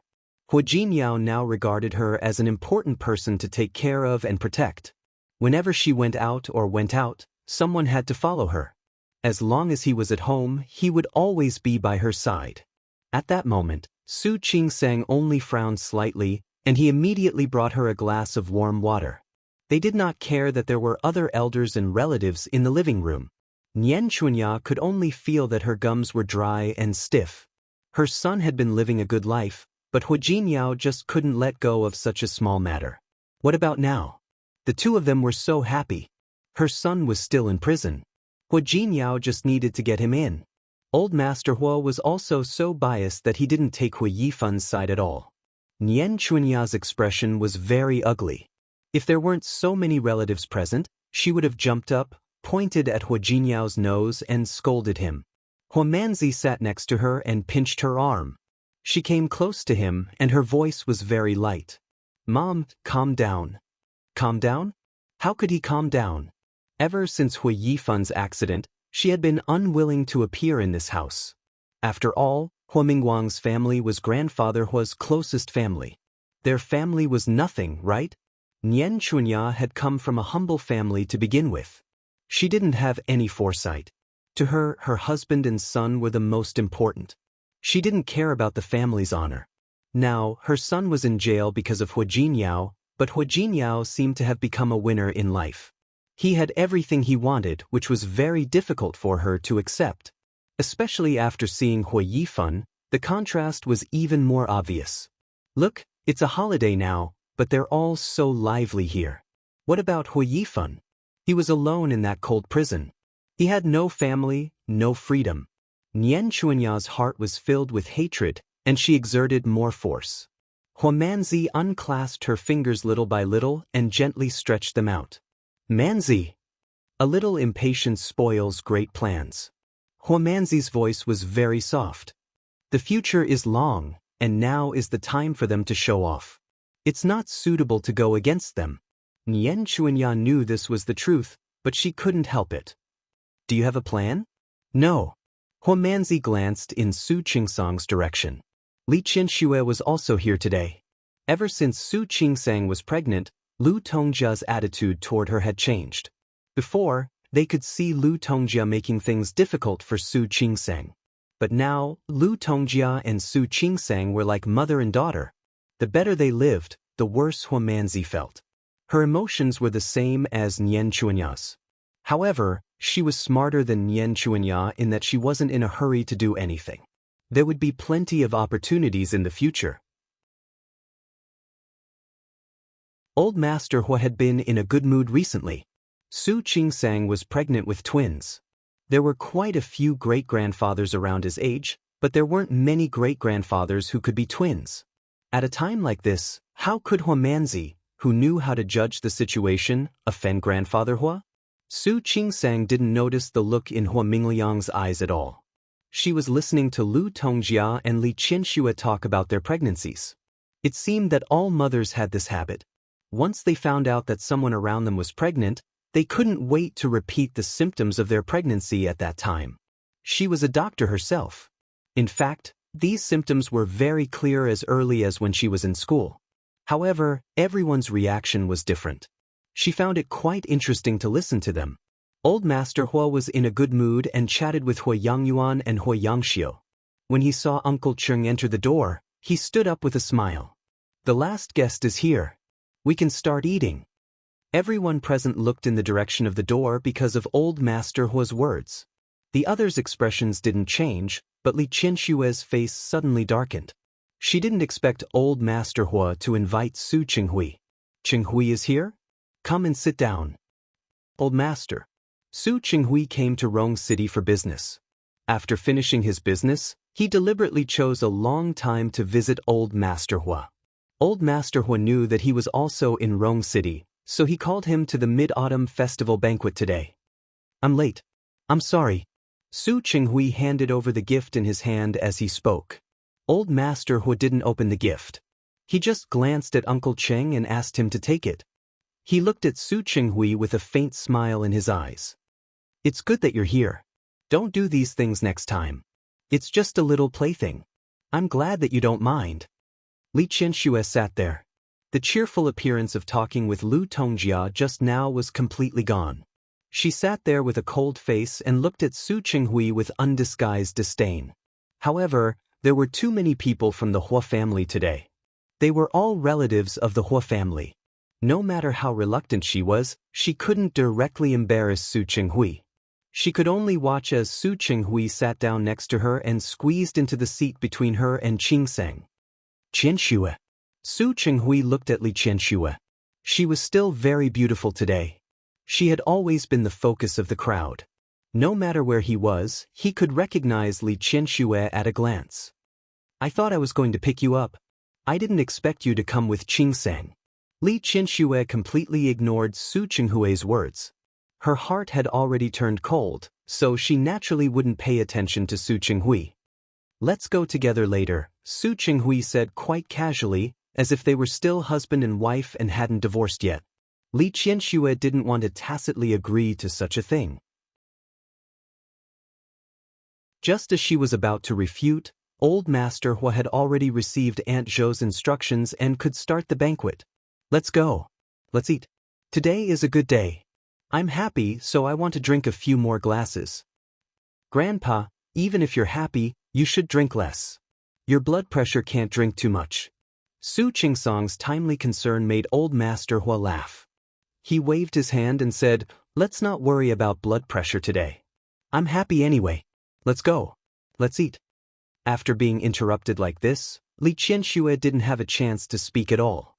Not only that, after they entered the restaurant, Li Qianxue found that her seat was actually arranged with Su Qinghui's. This made her expression even more unpleasant. She couldn't help but look in Su Qingsong's direction, wanting her to come over and change seats with her. However, today, Li Qianxue and Su Qinghui came as in-laws. In order to show that they were biological relatives, Old Master Hua arranged Su Qinghui and Li Qianshue's seats next to him. On the other side of him sat Hua Yangyuan and his wife, Hua Yangxiu and his wife. Hua Jinyao and Su Qingsang were further down. In this way, Li Qianxue couldn't even change seats, because that would be too much of a movement, and it would make a joke of herself. It wasn't that Su Qingsang didn't see Li Qianshue's pleading eyes, but she couldn't help her for the time being. Su Qingsang heard Zhang Yichen's name when Old Master Hua was talking to Hua Yangxiu and his wife. Hua Yangxiu was full of helplessness when she talked about her youngest son. Some time ago, Zhang Yichen volunteered to be an instructor at a newly established base. It was estimated that he wouldn't be back for 2 or 3 years. I don't know what's wrong with him. It said that he trains for more than 10 hours every day. Those new soldiers are miserable under his training. What nonsense are you talking about? Zhang Xinghua glanced at her disapprovingly. It's a good thing that our son is ambitious. If those people can't endure it, they will naturally be eliminated. If they can endure it and make a name for themselves, they are the talents we need. Yes, you're right. I'm just worried about my own son, okay? Su Qingsang turned her face at the right time and looked at the piece of fish that Hua Jinyao put into her bowl. It's very tender. Try it. Okay. She still felt a little nauseous these days, but at least she didn't throw up anymore. She also knew that as the months went on, it would be more and more torturous. Hua Jinyao looked at Su Qingsong's eyes. It seemed that she didn't hear what Hua Yangxiu said at all. He didn't expect Zhang Yichen to go so far away, but it was good. He believed that when Zhang Yichen came back, his child would be born. By then, maybe he would already have a woman he liked. Su Qinghui saw what Hua Jinyao was doing and put a piece of fish into Li Qianshue's bowl. Li Qianxue looked at the piece of fish and resisted the urge to pick it up and throw it at Su Qinghui's face. She gritted her teeth and glared at Su Qinghui with a warning look. Su Qinghui acted as if he didn't see it and put another shrimp into her bowl. This shrimp is good. Try it. I have hands. There were other members of the Hua family around her. Li Qianxue didn't want to lose her composure, and she couldn't. She lowered her voice and the warning look in her eyes became more and more obvious. I can eat it myself. I know you have hands. But I just want to pick up food for you. Can't I? Su Qinghui found that he was really smart. He knew to visit Old Master Hua a few days ago. It was such a rare opportunity today. God knew that he hadn't eaten with Li Qianxue since the divorce. He thought that he was affectionate, but Li Qianxue almost wanted to throw up. She couldn't pick up the food in her bowl and throw it at Su Qinghui's face. She could only force herself to ignore it. When Su Qinghui put the food in her bowl for the 3rd time, she clenched the chopsticks in her palm. Su Qinghui, that's enough. She leaned close to his ear, and her low voice couldn't hide her anger at this time. Don't think that I won't fall out with you. Su Qinghui showed a rare faint smile. He turned his face and looked at the anger in Li Qianshue's eyes. Look at the woman he liked.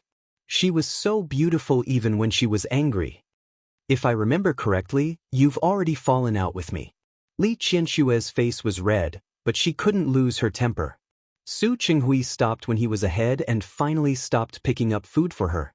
This meal was very uncomfortable for Li Qianxue. However, Old Master Hua turned his head to talk to her from time to time and asked about Old Master Li's situation. Li Qianxue could only cheer up and answer. Su Qinghui also said a few words on the side. Obviously, old Master Hua thought that they were going to get married again. They were young people. They quarreled and reconciled. Wasn't that how life was? Those who knew the inside story thought that the two of them were going to get married again. Those who didn't know the inside story always thought that they were a loving couple. Li Qianxue didn't have the chance to explain it all. Soon, someone held a glass of wine and toasted the two of them. After all, they were in-laws of the Hua family. Seeing old Master Hua's attitude, when other people came to toast, they all toasted Li Qianxue and Su Qinghui. This made Li Qianxue more and more uncomfortable. When it was almost time to end, she told Su Qingsang that she wasn't feeling well and had to go back to rest. Why go back? If you're tired, just rest here. Old Master Hua waved his hand and directly made the decision for them. There are many guest rooms anyway. Tongjia, have you arranged everything? Don't worry. Dad, everything has been arranged. Lu Tongjia was a qualified mistress of the Hua family. These small things were nothing to her. Li Qianxue wanted to refuse, but Lu Tongjia had already taken her upstairs to the guest room.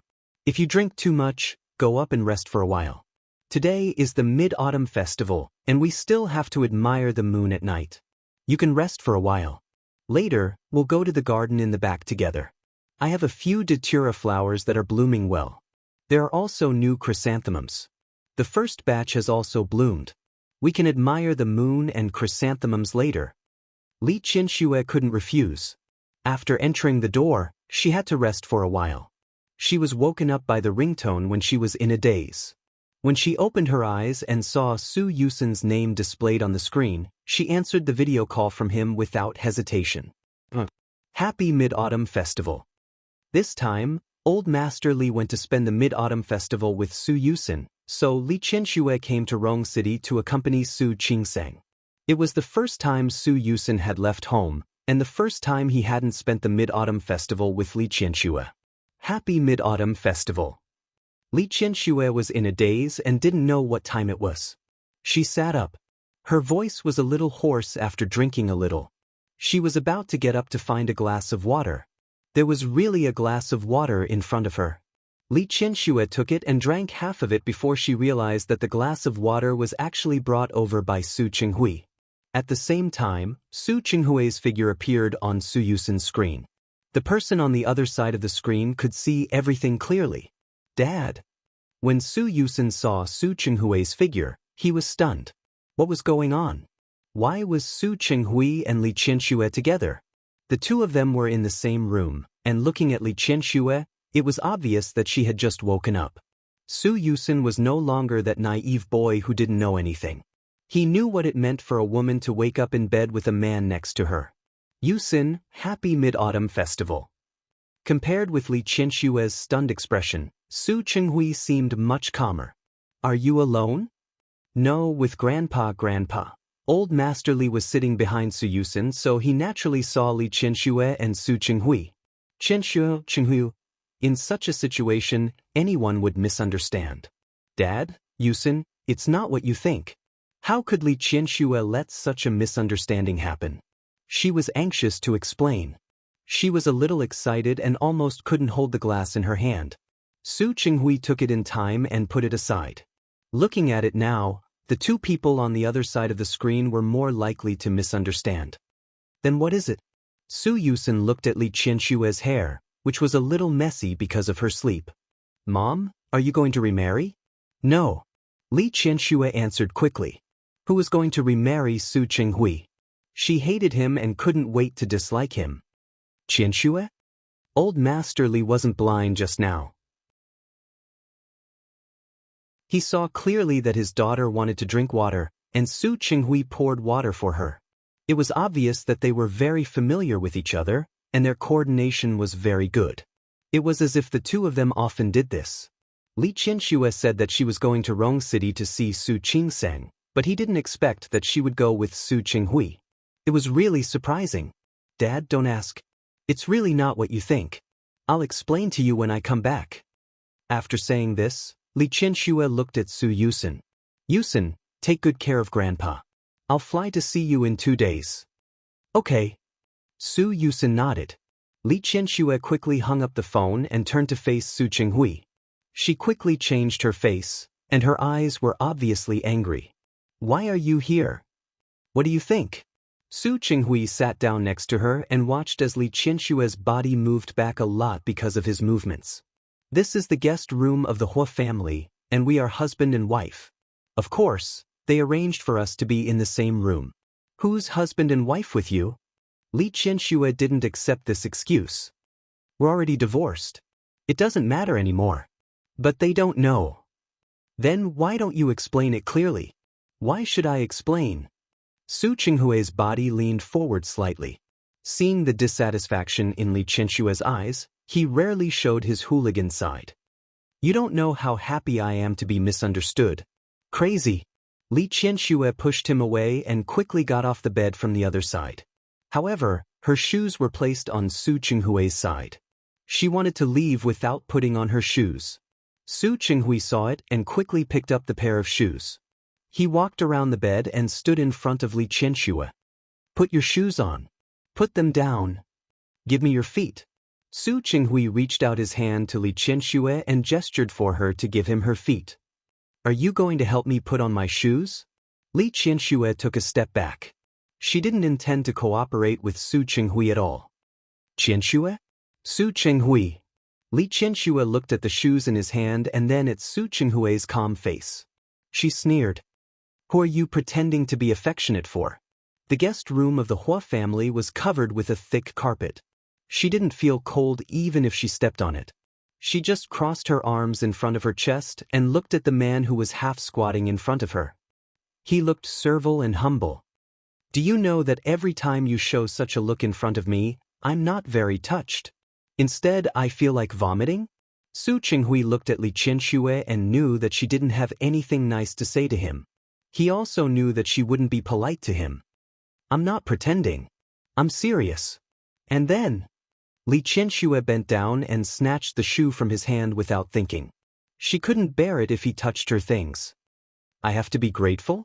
Kneel down and thank you? Qianxue, that's not what I meant. Su Qinghui. Li Qianxue put on the shoe and bent down to put on the other shoe. After putting it on, she stood up straight and glared at Su Qinghui coldly. Have you forgotten? Once, when we went to a banquet, my shoe was accidentally stuck in a crack in the ground. I asked you to help me take my shoe. What did you say at that time? Su Qinghui didn't lose his memory. On the contrary, ever since he divorced Li Qianxue, the scenes of his life in the past 20 years became clearer and clearer. Of course, he remembered what she said. Li Qianxue saw his reaction and knew that he hadn't forgotten. It was good that he hadn't forgotten. You said, who do you think you are? Even if I'm the eldest daughter of the Li family, in your heart, I'm nothing. You won't love me, and you won't have feelings for me. You told me not to expect you to help me take my shoe even once. You said that, right? Su Qinghui's expression finally changed a little. He maintained his squatting posture and didn't move at all. Li Qianxue didn't want to bring up the past. Some things were in the past. If Su Qinghui could stay away from her, she would never have said these words. There was another time when I excitedly bought a whole new set of clothes for you. Then I went home and wanted you to try them on. When I put the pair of handmade leather shoes in front of you, you said, don't say it. Su Qinghui remembered. He hadn't forgotten. Even though that scene had happened more than 20 years ago, he hadn't forgotten it. He didn't let her say it, but Li Qianxue insisted. You said, so I'm really that cheap? I'm even willing to do something like carrying your shoes. Unfortunately, in your heart, I'm not even worthy of carrying your shoes. Right? Don't say it. Qianxue, I beg you, don't say it. Su Qinghui closed his eyes. He didn't want to listen anymore. Li Qianxue didn't want to recall it either. Those memories weren't good at all. After tearing apart the first layer of skin, all that was left were the ugly and embarrassing memories of devastation. All right, if you don't want to say it, then don't say it. Anyway, I believe in your memory, and I won't let you lose your memory. Do you know? Yesterday, Qing Sang asked me if I had forgiven you. She asked me if I hated you so much because you changed her and Su Peijian's identities. Do you know what I answered her? I told her, At least not completely. Knowing that you changed their identities was just the last straw that broke the camel's back for me. For more than 20 years, your sarcasm, indifference, and sarcasm towards me have been stabbing me in the heart time and time again. Su Qinghui, it's been 26 years. From the moment I fell in love with you until now, I've spent more than 26 years on you. Now, can I beg you? Can you be magnanimous and let me go? After all, I'm not young anymore. I'm no longer a little girl in her early 20s. I really don't have the energy to play this kind of game with you. I love you, but you don't love me anymore. I'm in my 40s and almost 50 years old. I can't afford to mess around. I don't want to mess around either. Please stay away from me in the future.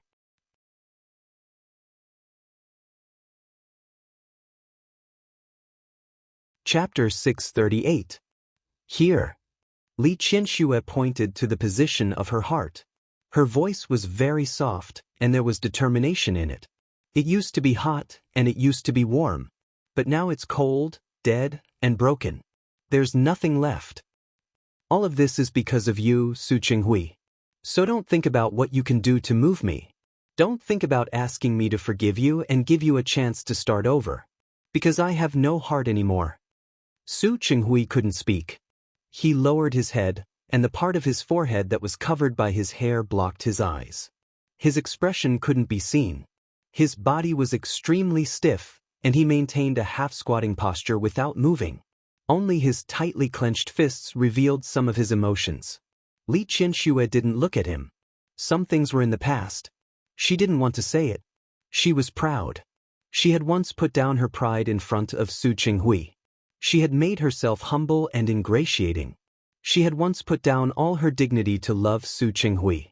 She had loved him for 26 years. She had no self, no dignity, and even no bottom line.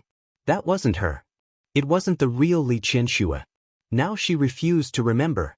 She wanted to be herself. That proud, arrogant, and superior Li Qianxue. Forget it. Don't mention it. In the end, she still lost control. She wouldn't admit that Su Qinghui had the ability to make her lose control. She hoped that this would be the last time and that it wouldn't happen again. Today, she really couldn't control herself because she had drunk a little. She admitted that she had grievances in her heart, and it was a considerable amount of grievances. She did hate Su Qinghui, not only because he replaced Su Qingsang and Su Peijian's identities, but also because he didn't love her. What she hated the most was that he used her love to hurt her unscrupulously. He used her love for him as a weapon to hurt her. No one would be able to persevere if their sincerity was constantly betrayed and hurt. Those years were too difficult for her, and it was too painful. She didn't want that anymore. She slowed down her breathing and calmed herself down. She picked up her bag and left. She asked Su Qingsang to arrange a car to take her home. She would rather go back to Hua Jinyao's apartment and spend time with Su Qingsang than see Su Qinghui's face, which was pretending to be affectionate. The door opened and closed. Su Qinghui lost his strength and sat on the carpet. He didn't lose his memory. He remembered what Li Qianxue remembered. He knew everything he had said and done. Li Qianxue's words only made him understand once again that if he really wanted Li Qianxue to forgive him, it was a goal that would be difficult to achieve no matter how much effort he put in. Or perhaps he would never be able to make Li Qianxue forgive him in this lifetime. His eyes were a little sore and dry. Su Qinghui lowered his head and covered his eyes tightly. The sour feeling came from the regret and reluctance in his heart. He knew that Li Qianxue would not forgive him so easily. But what was he going to do? He really didn't want to let go. Li Qianxue didn't sleep well that night. Maybe it was because of the alcohol, or maybe it was because of other reasons. She had a dream that night. The dreams that came one after another made her feel uncomfortable. She woke up after 6 o'clock. When she woke up, Li Qianxue couldn't sleep anymore. After thinking for a while, she went in the direction of the kitchen. For her, taking care of her daughter was much more important than being involved with Su Qinghui. Standing in front of the refrigerator, Li Qianxue stared at the food inside and was stunned for a moment. The last time she cooked seemed to be more than 20 years ago. At that time, She believed in the books that if she wanted to capture a man's heart, she had to capture his stomach first.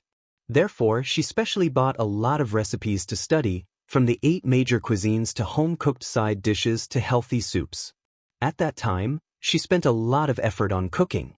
Unfortunately, perhaps because of her limited talent, the food she cooked could only be described as terrible. No matter how simple or homely the dishes were, they would all be ruined by her.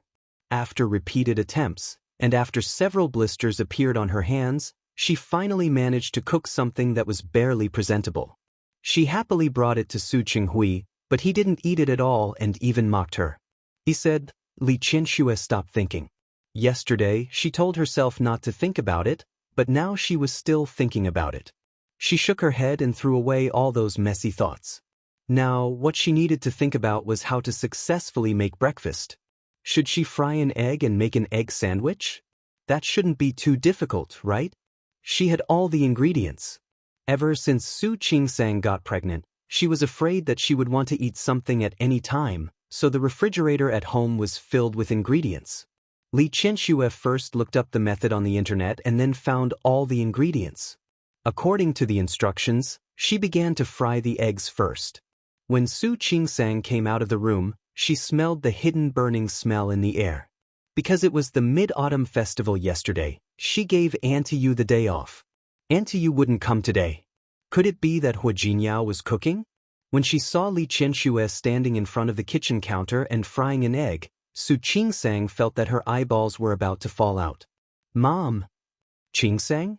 Li Qianxue was embarrassed for a moment. She didn't expect her cooking skills to be so bad. It was just frying an egg. The steps on the internet were extremely simple. But, looking at the black eggs in the trash can, she felt a pang of guilt. They were of different degrees, but they were all black. "Mom, are you making breakfast?" Li Qianxue became more and more embarrassed. "I wanted to make you an egg sandwich." Su Qingsang looked at her, and her heart felt as if it had been gently pricked by a needle at that moment. It didn't hurt, but it made her feel a little uncomfortable. Who was Li Qianxue? She was actually cooking for her? She was willing to bet that Li Qianxue had never cooked for herself in the past few decades. But now, she was thinking of making a sandwich for her. Let me do it." Su Qingsang calmly put away the emotions on her face and took a few steps forward to stand in front of the kitchen counter. Let's go out to eat. You're pregnant. How can I let you cook?" "It's okay." Su Qingsang smelled the obvious burning smell that even the range hood couldn't hide. "Mom, stand outside a little. Otherwise, the smell of smoke will be too strong." "No, you should rest." "I'm too stupid. I don't even know how to cook." "Mom, how can you be stupid? In my heart, you're the smartest." Su Qingsang smiled at Li Qianxue, washed the black bottom of the pot, and took out the eggs again. "Mom, why don't you go outside and rest?" "It's okay. I'll stand here and look at you." Li Qianxue looked at Su Qingsang's slightly bulging belly. "I always feel that we should go out to eat. There's no need. How can I be so fragile?" Su Qingsang turned on the fire and poured oil. "Didn't you hear? In the past, people were still working in the fields a few days before they were going to give birth. Although she had never given birth, as an obstetrician and gynecologist, she had heard too much in the hospital.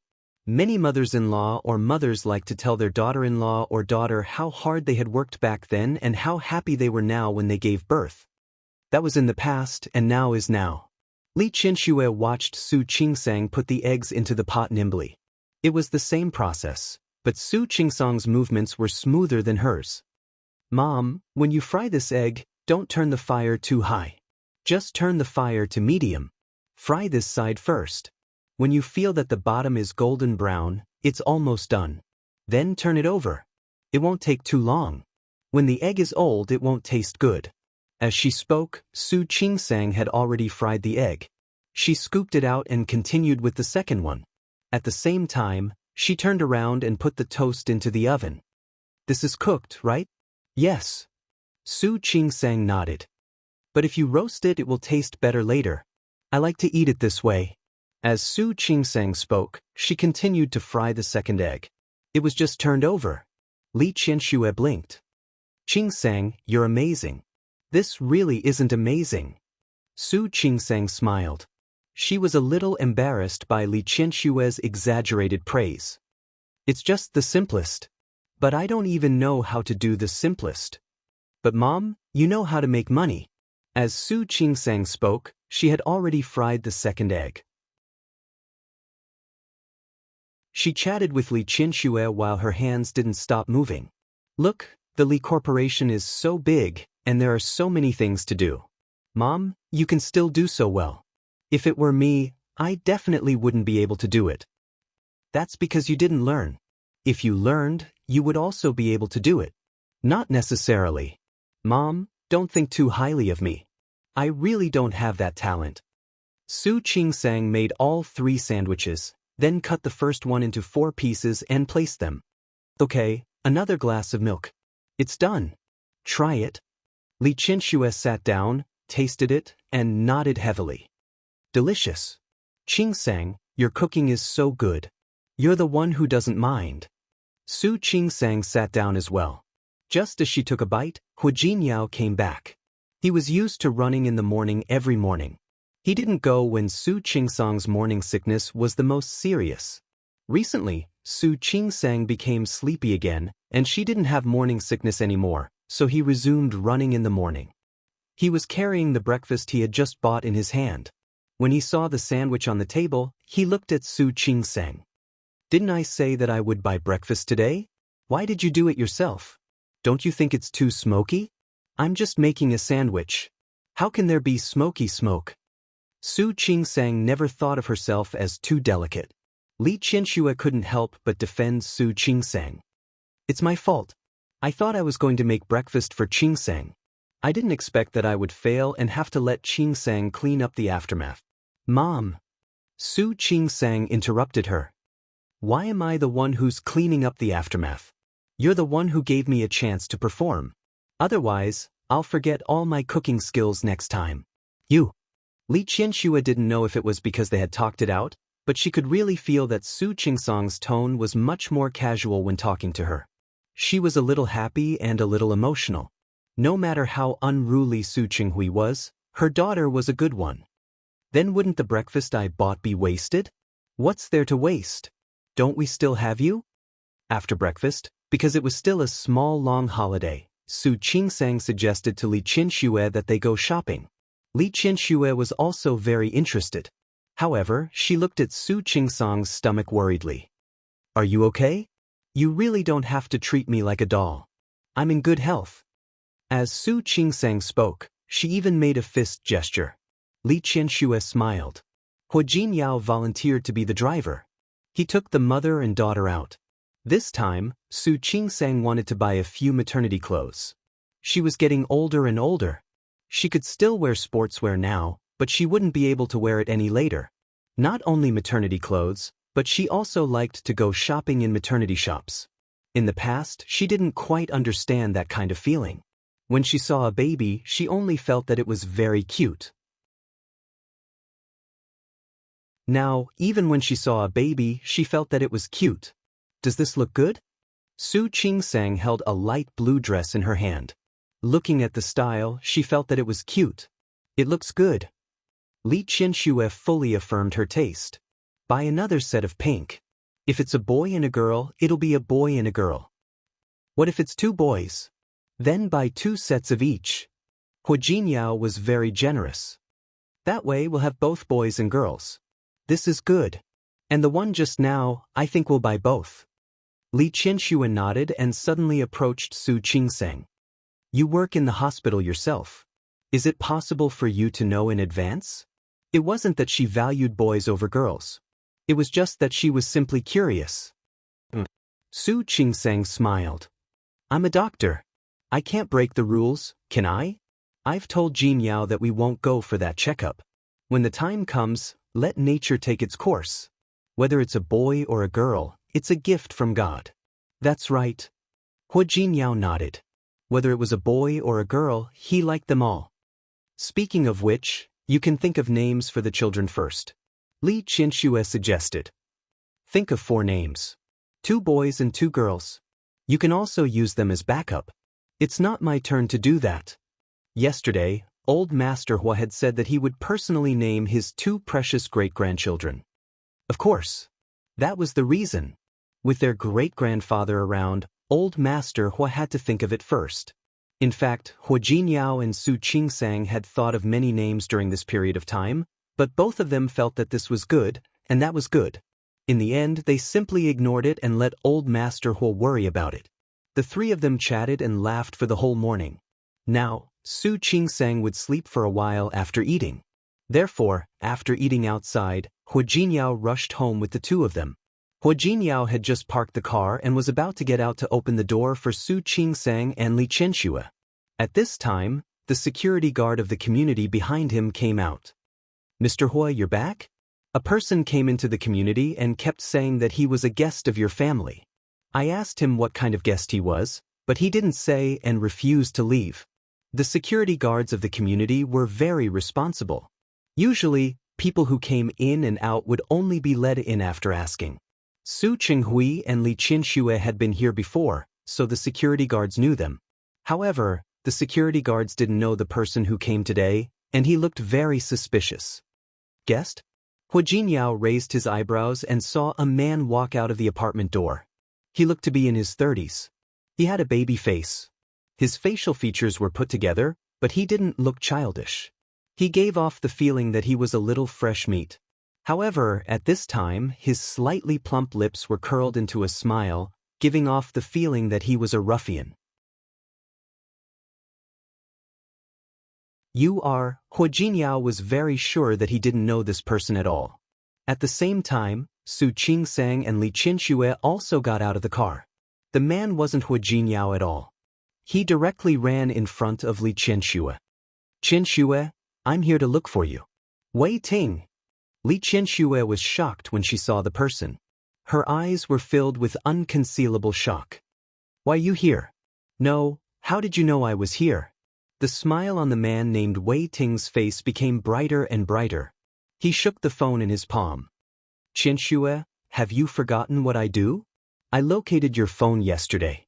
I flew all the way here to look for you this morning. How is it? Are you touched?"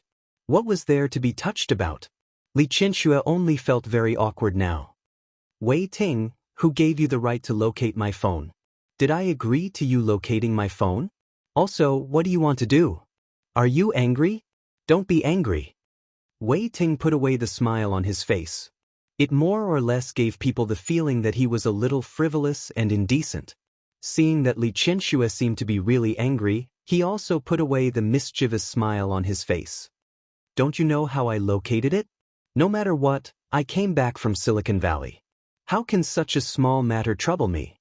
As for what you said I wanted to do, you refused to see me before, and you've been disappearing for the past few days.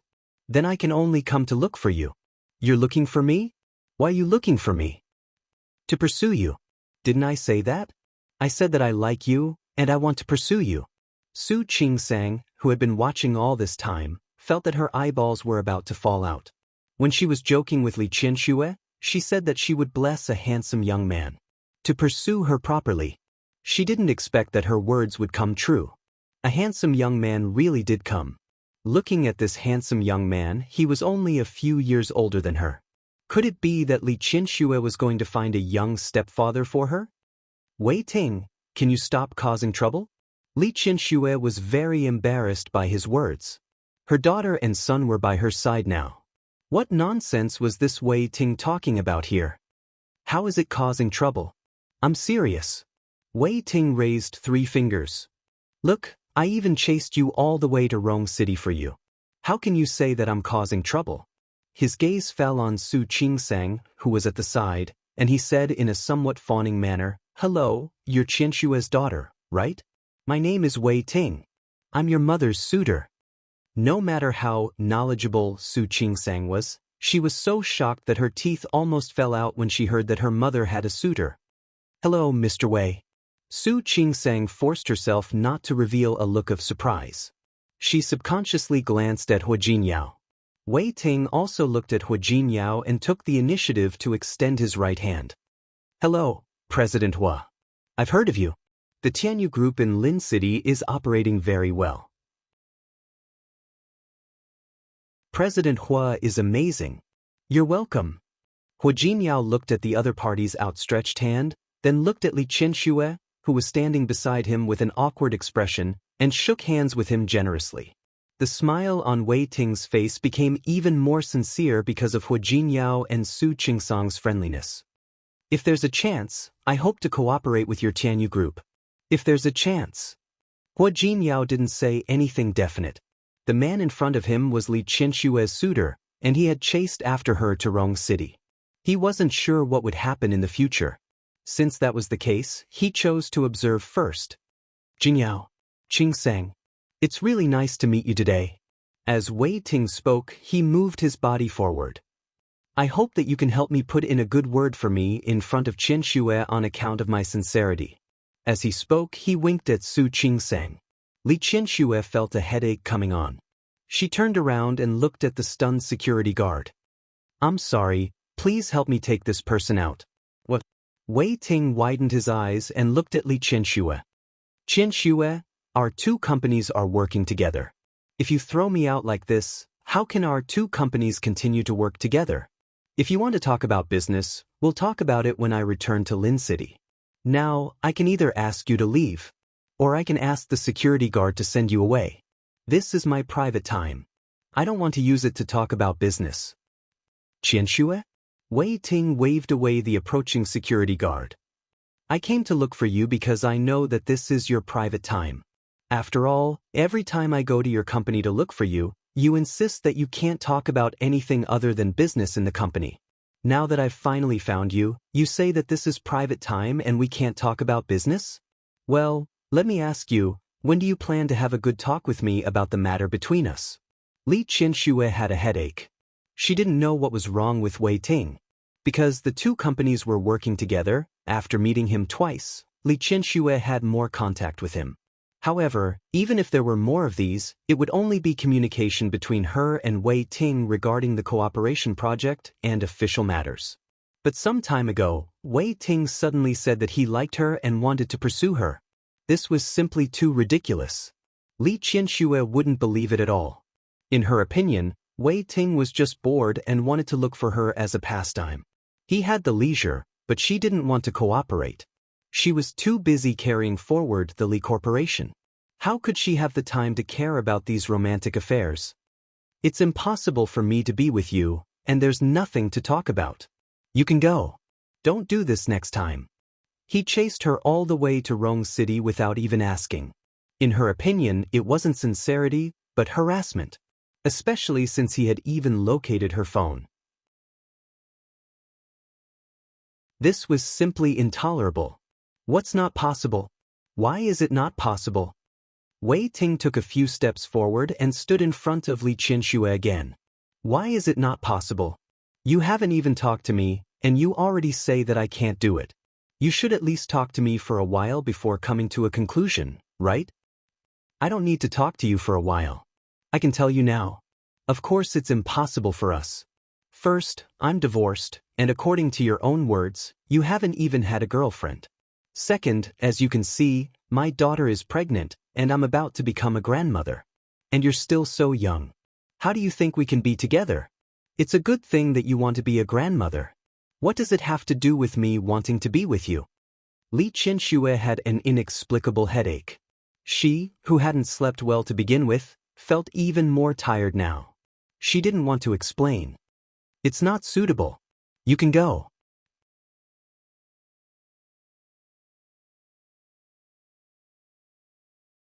Chapter 639. Su Qinghui? Why is he here? How much did he hear? Li Qianxue subconsciously frowned, but she stood there without moving. Su Qinghui had booked a plane ticket back to Lin City in the afternoon. He knew that Li Qianxue wouldn't go back so soon. After thinking about it, he decided to visit Li Qianxue before he left. After what happened yesterday, he knew how much Li Qianxue hated him now. But he couldn't help but want to see her again. Even if he didn't say anything, just looking at her was good enough. However, Su Qinghui didn't expect that he would see such a scene. Li Qianxue actually had a new suitor, a suitor who was only a few years older than her daughter. In fact, over the years, There had been many men who had expressed their admiration for Li Qianxue in the business world. But at that time she was married. Now, Li Qianxue had divorced him. For the first time, Su Qinghui realized that if Li Qianxue wanted to, it was very likely that she could end her single life at any time. This was not a good feeling. He had a feeling that Li Qianxue was getting further and further away from him, and it was getting harder and harder to catch up with her. The moment Li Qianxue saw Su Qinghui, Wei Ting also saw him. As Li Qianxue's suitor, of course, he had found out about Li Qianxue's situation. He had seen Su Qinghui before. As a tech upstart, even if he didn't know much about the upper-class society of Lin City before, if he really wanted to, there was nothing he couldn't ask. What's more, Li Qianxue had previously announced that she was cutting off her mother-daughter relationship with Su Peijian. Wei Ting could casually investigate and he would be able to find out. Li Qianxue and Su Qinghui had been married for more than 20 years. No matter what the process was, they were divorced. Wei Ting's footsteps moved in Li Qianxue's direction without a trace. 1 step, 2 steps, 3 steps, he quickly stood next to Li Qianxue. Su Qingsang widened her eyes at the scene in front of her. She couldn't help but look at Hu Jinyao again. Hu Jinyao squeezed her hand and gestured for her to wait and see. Su Qinghui had come to see Li Qianxue, but now he didn't know what else to say. Li Qianxue's meaning was already very clear yesterday. No matter how much he said, it couldn't stop the two of them from drifting apart in the past 26 years. No, their hearts had never even been together. He looked at the young man who had boldly courted her. He was younger and braver than himself. He was able to chase her all the way to Rong City and openly express his feelings. In this regard, he was inferior to him. Su Qinghui had been very confident. He believed that as long as he persevered and made Li Qianxue understand his true feelings, sooner or later, she would be touched by him and forgive him. But now, he was suddenly a little uncertain. Could it be that before he could ask Li Qianxue to forgive him, she had already been with someone else? During the Mid-Autumn Festival, the temperature in Rong City wasn't low at noon. Su Qingsang was pregnant. After standing for a while, she felt unbearably hot. "Dad, why are you here?" Since Li Qianxue didn't speak, she could only speak first. "I came to see you," Su Qinghui said, but his eyes fell on Li Qianxue. "I've booked a flight this afternoon. I came to see you before I left." "Is that so? Do you want to go up and sit for a while?" Su Qingsang wasn't helping Su Qinghui, but she didn't really like Wei Ting, the man who suddenly appeared out of nowhere. She didn't quite agree with Wei Ting's decision to locate Li Qianxue's phone. Su Qinghui clearly saw Li Qianxue's expression change because of Su Qingsang's words. She didn't welcome him, so why should he continue to stay? "I'm just here to see you. I'll leave after I see you." It wasn't that Li Qianxue didn't feel Wei Ting standing beside her. She resisted the urge to retreat to the side and let Wei Ting stand beside her. She saw the sadness in Su Qinghui's eyes, and she did feel a sense of pleasure. However, this kind of emotion came and went quickly. Since Su Qinghui had nothing to do with her anymore, why should she care about his feelings? Whether he was good or bad, it was none of her business. Although it seemed refreshing to use another man to make Su Qinghui suffer, she disdained it. So after Su Qinghui turned around, she took a step to the side. Wei Ting quickly turned around and stood in front of her. "Qianxue, did you just come back from shopping? Are you tired? Have you eaten? Why don't we go eat together?" The series of concerned questions made Su Qinghui stop in his tracks. Resisting the urge to turn around, he slowly walked out of the neighborhood. He needed time to think about what to do next. Li Qianxue took a big step back and pulled a meter away from Wei Ting. "Wei Ting, I've eaten. Sorry, you can go eat by yourself." She could have agreed to go eat with Wei Ting to deal a blow to Su Qinghui. However, she really disdained to do so. Wei Ting's face darkened. He looked at Li Qianxue with resentment. "Qianxue, I came all the way here to find you. You're not even willing to have a meal with me?" "I've eaten." "Then can you have dinner with me?" "Sorry, I have to accompany my daughter and son-in-law for dinner." "Then we can eat together." Wei Ting looked in the direction of Su Qingsang and Hu Jinyao as he spoke. I believe your daughter and son-in-law won't mind, right? Su Qingsang frowned. When she met Li Qianshue's gaze, she shook her head rather rudely. I'm sorry, Mr. Wei, but I mind. Wei Ting didn't expect Su Qingsang to be so rude. Su Qingsang didn't look at him at all. She only looked at Hua Jinyao and Li Qianxue. Jinyao, let's go up. I'm so hot from the sun. Qianxue. Wei Ting was anxious and walked in front of Li Qianxue.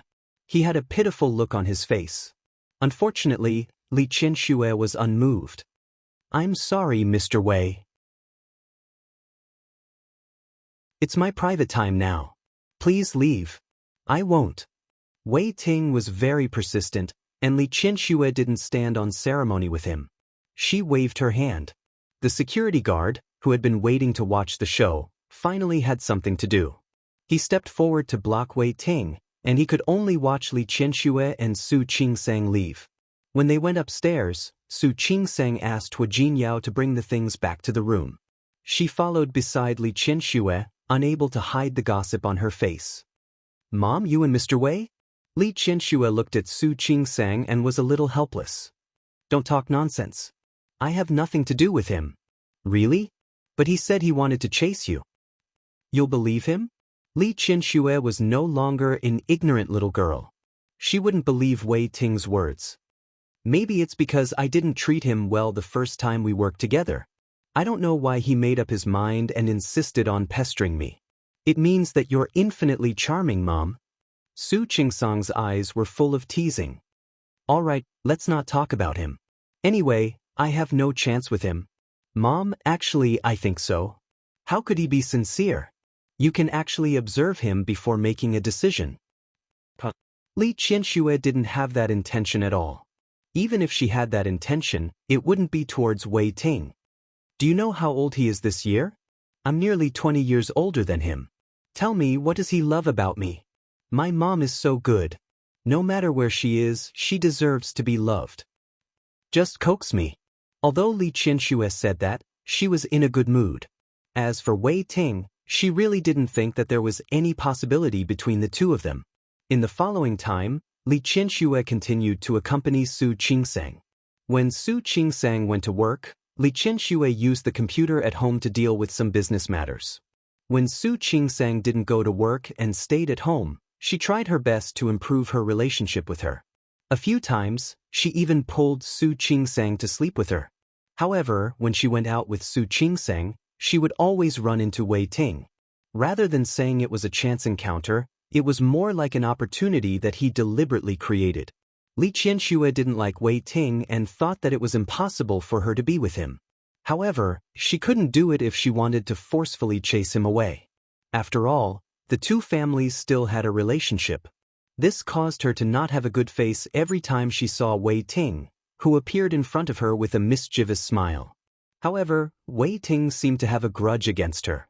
The more she didn't give him a good face, the more he liked to stick to her. After these few days, Su Qingsang could more or less tell that it didn't seem like Wei Ting just wanted to play. However, all of this depended on Li Qianshue's own intentions. Su Qingsang didn't participate or give any opinions. She believed that Li Qianxue could handle these matters well. 10 days later, Old Master Li returned to Lin City. Li Qianxue also decided to go back. Although Su Qingsang was very reluctant, she had no choice but to accept reality. At Rong City Airport, Su Qingsang and Hua Jinyao sent Li Qianxue back to Lin City. Li Qianxue was also reluctant, but there were 2 contracts waiting for her to negotiate in Lin City. If she really wanted to relax, she could only wait for Su Yusen to graduate and come back to lighten her burden. Qingsang, you must take good care of yourself. I know. Su Qingsang nodded. Her eyes were a little hot. Mom, I don't want you to go. Silly girl. Li Qianxue blinked her eyes and suppressed the urge to cry. You're going to be a mother, so you can't be like a child anymore. You're pregnant now, so you're not like usual. Remember to take good care of yourself. I will. Besides, there's still Hua Jinyao. Mom, don't worry. I'll definitely take good care of Qingsang. If you don't take good care of her, I won't let you off. Li Qianxue glared at Hu Jinyao threateningly. When she looked at Su Qingsang again, she held her hand and was about to say a few more words when she saw Su Qingsang slowly approaching behind Hu Jinyao from the corner of her eye. Why was he here again? He was really haunting her. Li Qianshue's brows were tightly furrowed as she watched Wei Ting walk in front of her. "Hi, Qianxue, what a coincidence." After he finished joking with Li Qianxue, he greeted Su Qingsang and her husband. No matter what, he had to please his future daughter and son-in-law. His attitude was still very important. Li Qianxue didn't believe that there was such a coincidence. "Wei Ting, did you locate my phone again?" "Qianxue, you've really wronged me. This time, I really didn't locate your phone." He had only used his connections to check the airline's booking records. After all, he didn't believe that Li Qianxue would stay here forever. Since she had to go back sooner or later, she naturally needed to book a plane ticket. How smart was he? "I just happened to be going back to Lin City." "Look, aren't we fated?" "I don't think so." Li Qianxue wasn't a young girl who knew nothing. She was sure that Wei Ting must have done something. "If you want to go back to Lin City, go ahead. I'm not going back." "Then where are you going, Qianxue?" "Do I need to report to you where I'm going?" "Of course not." Wei Ting quickly waved his hand and looked at Li Qianxue with a fervent gaze. "I just want to follow you wherever you go. You can treat me as one of your luggage. I don't have such a big luggage."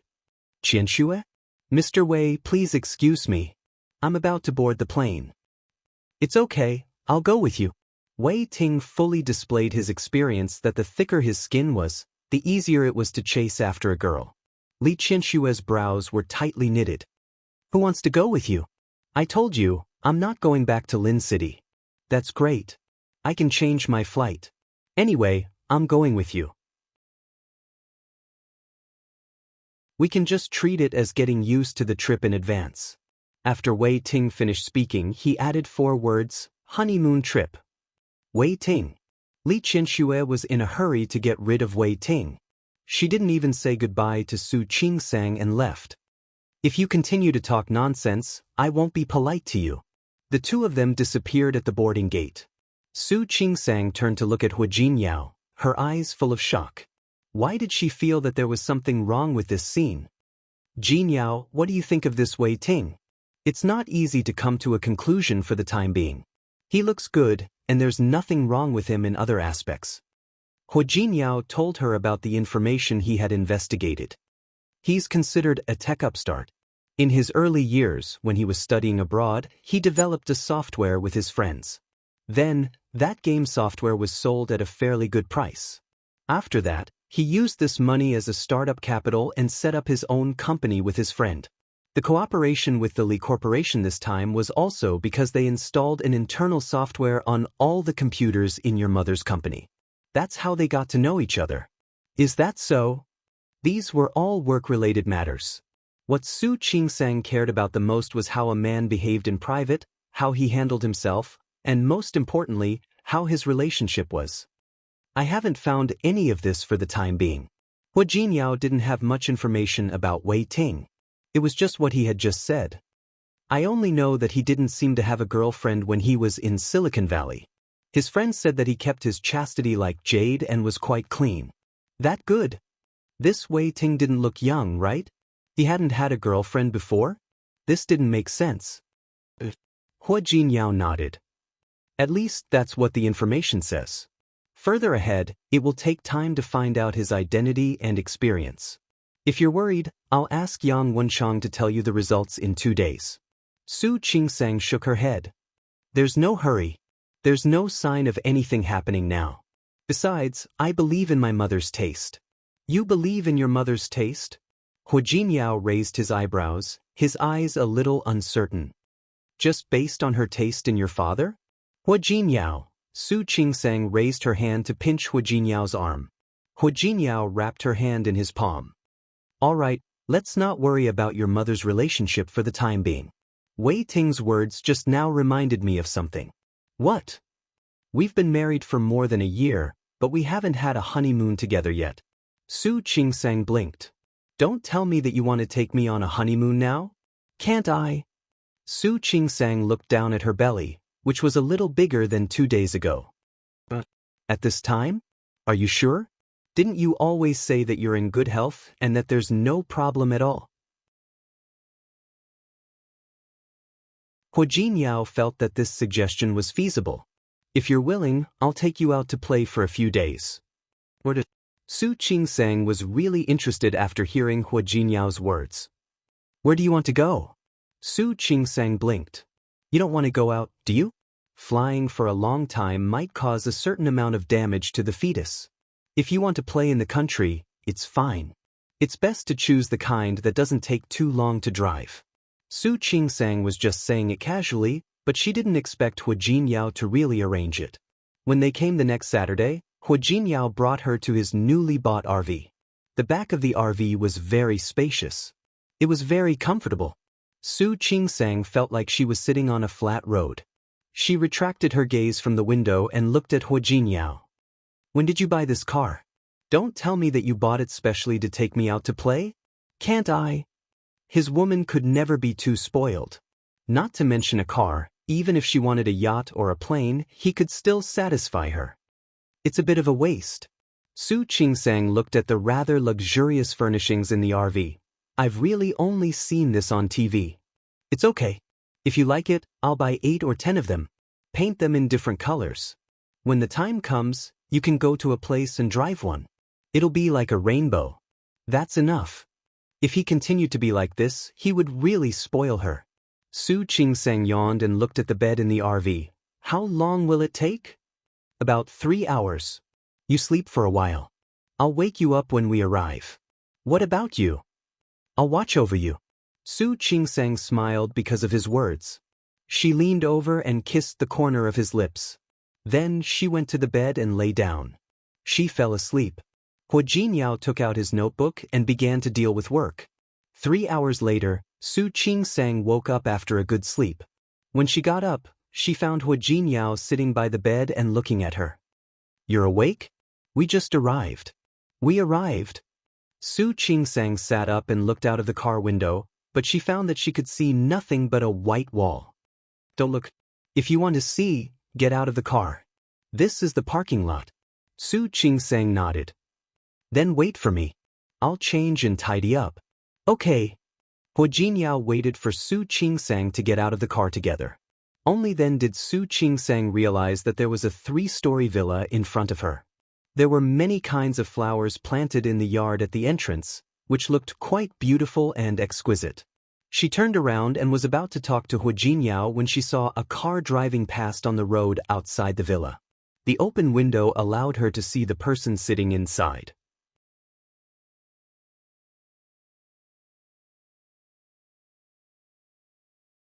Chapter 640. The car sped past in a flash. Su Qingsang looked at the familiar profile and subconsciously raised her foot to catch up with it. Before she could catch up, Hua Jinyao had already held her waist. What's wrong? Slow down. I think I saw a Mengwan. Su Qingsang looked at the silhouette of the car that sped away. She had a feeling that the side profile of the face sitting in the car belonged to Shi Mengwan. But shouldn't Shi Mengwan be in Lin City at this time? Moreover, she seemed to have seen another figure in the car. It looked like the back of a man. Shi Mengwan would be with a man? Shi Mengwan? Hua Jinyao glanced in the direction of the car. You must be mistaken. By the way, you still haven't told me where we are. Qingqing in the neighboring province. Su Qingsang nodded. She knew about Qingqing. It was next to the province where Rong City was located. It took about 3.5 hours to drive from Rong City. Qingqing had a deep cultural heritage and later on, it developed very well. It could be considered a city that was both ancient and modern in the east. It was a 3-hour drive from Rong City, but it was still in the south and north of Lin City. Shi Mengwan was video chatting with her 2 days ago. How could she be here? Maybe I'm seeing things. Su Qingsang decided to call Shi Mengwan later. Her decision to come here was also temporary, so Shi Mengwan still didn't know. Everything about leaving Lin City with Hua Jinyao and coming to Rong City was great, except for the fact that she had to be far away from her family and friends. It made her feel a little lonely. At the same time, Behind the extended Bentley that had just left, Shi Mengwan looked at Zhang Haoze, who was on the phone. There wasn't much of a smile on her face. She turned her eyes away from him. The environment of this villa was especially good, and it was also close to the city. The name was even more pleasing to the ear. It was called Cherry Blossom Manor. The people who developed this place had planted a large patch of cherry blossoms according to the latitude and climate of this place. There were cherry blossoms on both sides of the road. When spring came, cherry blossoms would fall on both sides of the road. It was very beautiful. Unfortunately, Shi Mengwan came at the wrong time. It wasn't the season for cherry blossoms. She couldn't see the cherry blossoms, and even if she could, she wasn't in the mood to appreciate them. Zhang Haoze's voice was in her ear. She could guess who the person on the other end of the phone was. Chen Feifei, Zhang Haoze's fiancée. I'm a little busy these few days. If there's anything, we'll talk about it when I get back. Yes. Take care of your health. Don't think too much. Zhang Haoze's voice was clearer than other men's. At this time, he was speaking to the person on the other end of the phone in a very gentle voice. Shi Mengwan's expression wasn't very good. When Zhang Haoze hung up the phone, she turned her gaze back. If you're so afraid of her thinking too much, just bring her out directly. Why drag her along? Shi Mengwan felt a little stuffy. The feeling of being unable to breathe was very uncomfortable. Take me to the airport, I want to go back. Zhang Haoze's reaction was to hug her body, easily lifting her up and placing her on his lap. Shi Mengwan didn't have time to struggle. She just passively stuck to Zhang Haoze's body. The two of them had been entangled for nearly half a year. In his arms, she didn't have much spirit to resist. She was already used to his demands and his robbing behavior. But no matter how many habits she had, it couldn't overcome the fact that the man in front of her was someone else's fiancé. She didn't know what went wrong, and the situation in front of her made her very conflicted. She longed for everything about this man, his kiss, his embrace, his breath. But she resisted everything about him. He didn't admit that she was her dear brother. He even had a fiancé. Just like this time, she chased him away and told him that since he had a fiancé, he shouldn't come looking for her again. But what about him? He forcefully barged into her home and then invaded her residence. He even brought her to Qing City. However, the back of her waist was tightly held by him. Her body was brought into his arms. Very quickly, her lips were blocked by Zhang Haoze, and she couldn't say a word. She frowned slightly. She couldn't be more familiar with the facial features of the person in front of her. Even if she closed her eyes, she could still picture the other party's appearance in her heart. But this man didn't belong to her, at least. Her lips suddenly hurt. Her absent-mindedness made the man unhappy, and he bit her lips hard. When she came back to her senses, Zhang Haoze was staring at her face. His slightly narrow eyes had a gloominess that she couldn't understand. Before she could react, his hand had already reached for the hem of her clothes. The dark glass in the middle of the car had already risen. The driver in front couldn't see what they were doing behind. Shi Mengwan didn't want him to succeed in such a place, so she held his hand with both hands. Zhang Haoze. She suddenly called his name very seriously. Zhang Haoze stopped what he was doing and looked at her silently. Are you going to be like this forever? While coaxing his fiancée, he imprisoned her, grasped her weakness, and didn't let her leave. At this moment, her brows were filled with melancholy that couldn't be hidden. She was clearly such a beautiful person, but now, her face was filled with melancholy. Tell me, Zhang Haoze, are you going to be like this forever? He wanted to be like this, but she didn't want to continue. She had persisted until now, but she still couldn't make up her mind to leave Zhang Haoze's side. She was just hoping that one day, Zhang Haoze would remember that she was the little sister that he swore to love for the rest of his life. She waited for him to remember that he was the dear brother that she had made up her mind to always rely on. They used to depend on each other, and they used to be inseparable. But she lost him, and when she found him, he forgot who he was. That pair of eyes was too sad. Zhang Haoze didn't want to look at her anymore. He raised his hand to cover her eyes, lowered his head, and kissed her lips again. He couldn't see her eyes, but in the next moment he felt the wetness in his palm. Jean Hauser paused for a moment, but soon he deepened his plunder. Su Qingsang stretched and looked at the cherry blossom avenue in front of her with a hint of regret in her eyes. If only we had come in April. We would have been able to see the cherry blossoms on both sides, right? Hua Jinyao nodded and put his arm around her waist. If you like it, we'll come again next April. This villa was one of the best in the area, and there were 2 more villas inside. Those 2 villas took up the largest area. They were booked as soon as they came out, and this villa had the best location. Because not only could they see the cherry blossom avenue in front of them, but they could also see the largest inland lake in the city behind them. He had built a garden on the side of the lake. Sitting behind it, they could enjoy the lake breeze while enjoying the beautiful scenery. We'll talk about it later. Su Qingsang had slept for a long time in the car, so she wasn't sleepy at all. Let's go out for a walk. Okay. Another advantage of this place was that the environment was very good, and the neighborhood was very large. Su Qingsang and Hua Jinyao held hands and walked along the lake. They saw another villa. That villa was bigger than the one they were living in now. Is that villa also in this neighborhood? Hua Jinyao nodded. Looking at the villa, he suddenly remembered something. If he remembered correctly, the person who bought this villa seemed to have the surname Jean. The Jean family was one of the old aristocratic families in Qing City. Thinking of the Jean family, he thought of the few times he had met Jean Hauser in Lin City. If he remembered correctly, the Jean family's various forces had been surging and hadn't stopped. Was this area developed by your company? Su Qingsang's words brought Hua Jinyao back to his senses. He smiled and held her hand as they walked down the stairs. Not only this cherry blossom manor, but the shopping mall outside and the neighborhood beside the shopping mall were all built by Tianyu Group.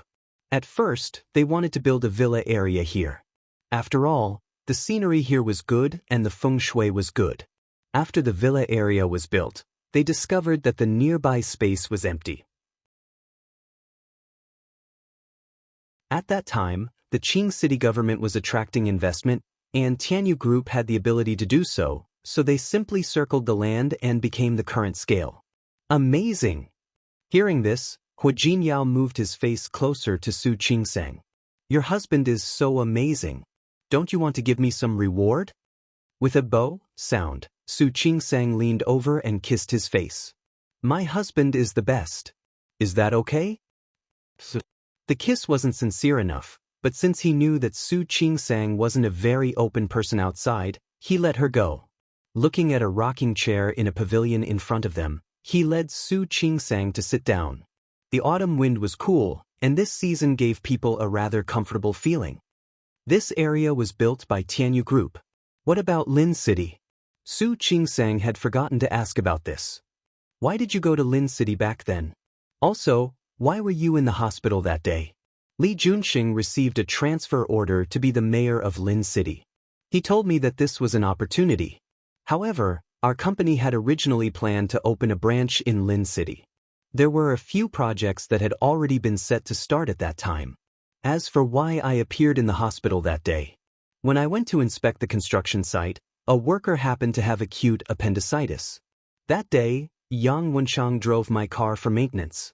I sent that person to the hospital myself. Unexpectedly, because he wasn't very familiar with the hospital, Hua Jinyao, who was about to leave after paying the fee, settling the worker down, and calling his family members, went in the wrong direction. So that's how it is? Su Qingsang thought about it and found it a little unbelievable. In that case, I have to thank that worker in your company. If he hadn't suddenly had acute appendicitis, we wouldn't have had the chance to meet, right? Not bad. Hua Jinyao nodded. Su Qingsang smiled and leaned her face against his chest. It's so comfortable here. Yes. If you like it, we can come a few more times next time. Su Qingsang nodded. She really liked it here. Closing her eyes, she could smell the osmanthus flowers in the air. Are osmanthus flowers planted here? Yes. There are a few osmanthus trees in front. I'll take you to see them later. Su Qingsang found that Hua Jinyao's choice of place was very satisfactory. She was pregnant now and a little lazy. She didn't want to go to places that were too torturous or too tiring. Later, let's go eat Qing City's specialty dishes. I know a restaurant here that makes very authentic roast whole sheep. Okay. Su Qingsong's appetite had been good recently, and she wasn't too picky. In fact, many things weren't as exaggerated as they sounded. She couldn't eat this or that. She had to pay attention to the amount and the actual condition of her body. Not being picky was also a kind of prenatal education. Su Qingsang had never been to Qing City before.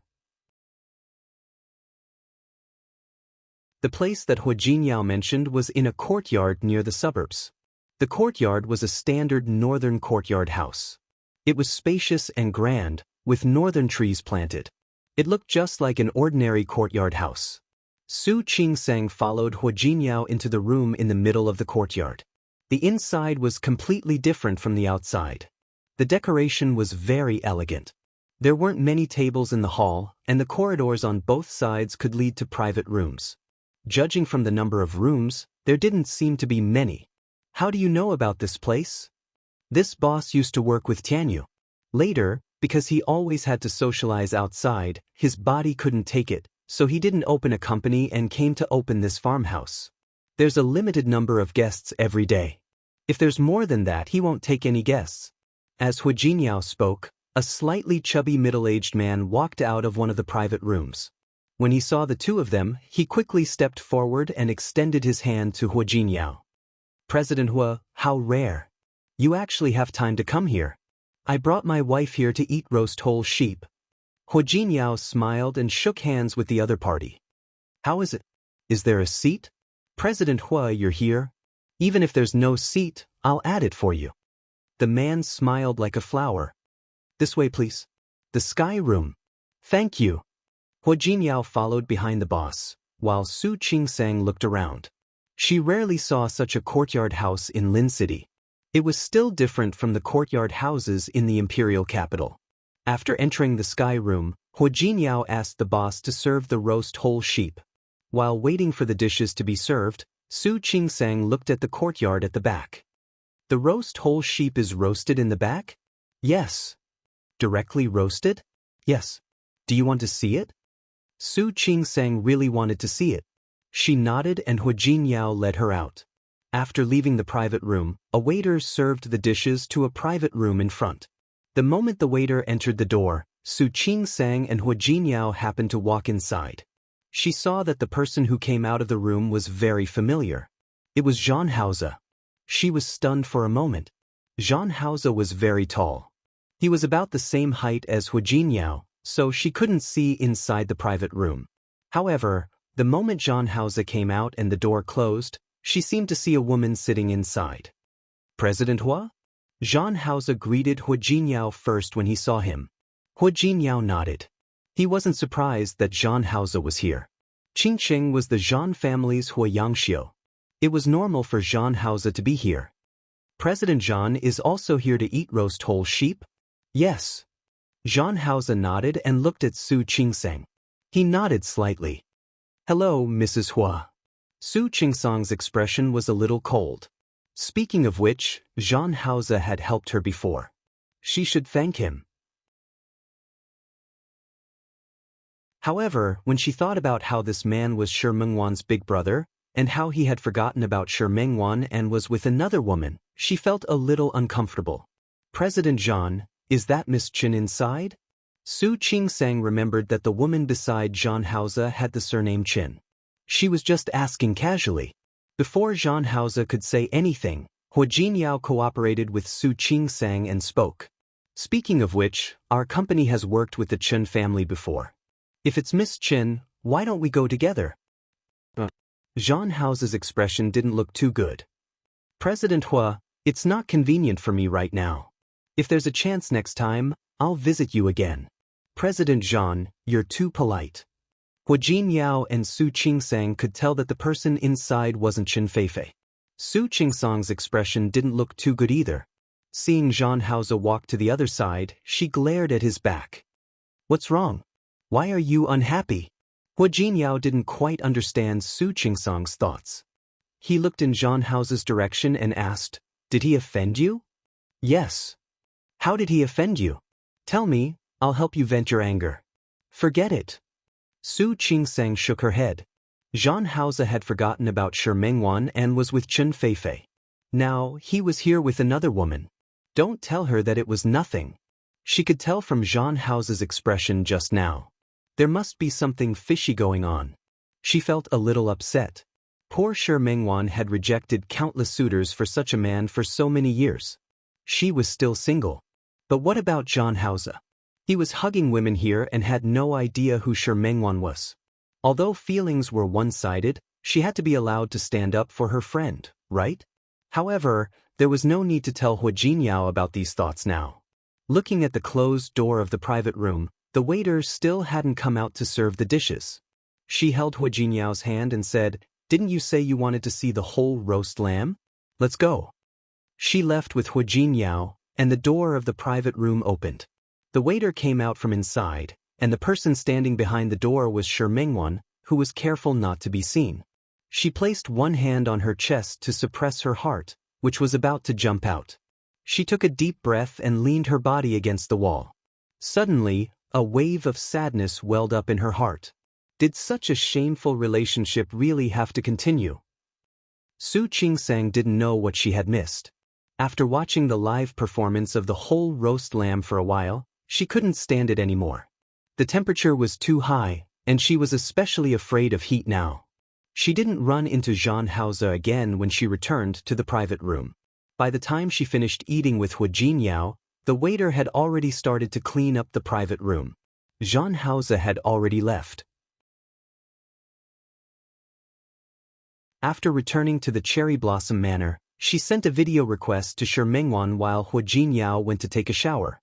However, she was rejected. Su Qingsang was stunned for a moment before she thought of sending it again. Shi Mengwan had already taken the initiative to call. "Qingsang. Mengwan, is it not convenient for you now?" "Yes, a guest came over. She's going to look at clothes now. I'm going to measure her later." "There's still a guest at such a late hour? This person is too insensible. Doesn't she know that you need to rest?" Su Qingsang's tone was filled with heartache. Shi Mengwan didn't reply. She was just saying it. It wasn't that she didn't know Shi Mengwan's workaholic personality. "It's okay. I'm used to it. How have you been?" "I'm fine. Now the child is making trouble for me. He could even eat now. By the way, guess where I am now?" "Where are you?" Shi Mengwan already knew, so her tone wasn't surprised. "I'm in Qing City. You didn't expect it, did you?" Su Qingsang didn't hear anything wrong in Shi Mengwan's voice. After all, she couldn't see the other party's expression through the phone. "Hu Jinyao took me to eat roast whole lamb tonight. It tasted really good. Mengwan, come over next time. Let's do it again." "Okay." Shi Mengwan nodded and looked at the man who had just come out of the bathroom. "Why did you think of coming to Qing City?" Su Qingsang noticed that Shi Mengwan used the word come, but she didn't think in that direction. "Hu Jinyao said that my mother left. He was afraid that I would be bored at home, so he took me out for a walk. He said it was like a honeymoon." "That's great." Shi Mengwan smiled, her eyes filled with pure envy. How many people in the world could be as lucky as Su Qingsang? She met a man who liked her, doted on her, protected her, and held her in the palm of his hand? What? Su Qingsang suddenly changed the topic, and her tone became serious. "Well." Su Qingsang wasn't good at this kind of thing, but thinking of Zhan Haoze's reaction today, she was really worried for her good friend. You still think about your dear brother. Don't you think about other men?" On the other end, Zhan Haoze had already walked behind Shi Mengwan. Her heart skipped a beat, and she forced her voice to remain calm. "Why are you talking about this?" Su Qingsang rarely mentioned this in front of her. This was a rare tacit understanding between the two sisters. "I just think that you should try to let it go. After all, the beautiful relationship in your heart as a childhood sweetheart might have long been forgotten by the other party. Moreover, so much time has passed. The person from back then might not be the person from back then. Haven't you ever thought about it? Perhaps what you're stubbornly pursuing is just an unwillingness in your heart. Or a fantasy. In fact, that man might already be married. He might even have a child. Or perhaps he is lacking in other aspects. Qing sang. Ming, listen to me. I know what you're thinking, and I've always respected your determination to wait. But I feel that whether it's waiting or looking forward to it, it should be placed on someone who's worth it. For those who can't bear to part with it, there's really no need to waste your feelings. That would only increase your pain and emptiness. In silence, Shi Mingwan's body was pulled into Zhan Hao's arms. She almost threw the phone in her palm. What? Qing sang, stop talking. I know everything. Everyone understood the logic, but it was too difficult to do it. Especially, Zhan Hao's hands had already reached into her collar. His lips, with a slight warmth, landed on the back of her neck. Shi Mingwan trembled and couldn't help but take a step forward, but she couldn't get rid of Zhan Hao's hands. He brought her back into his arms. She couldn't help but let out a soft cry. What? What's wrong? I'm fine. You're not angry, are you? Don't be angry. I really just think that it's not a good idea for you to wait endlessly like this.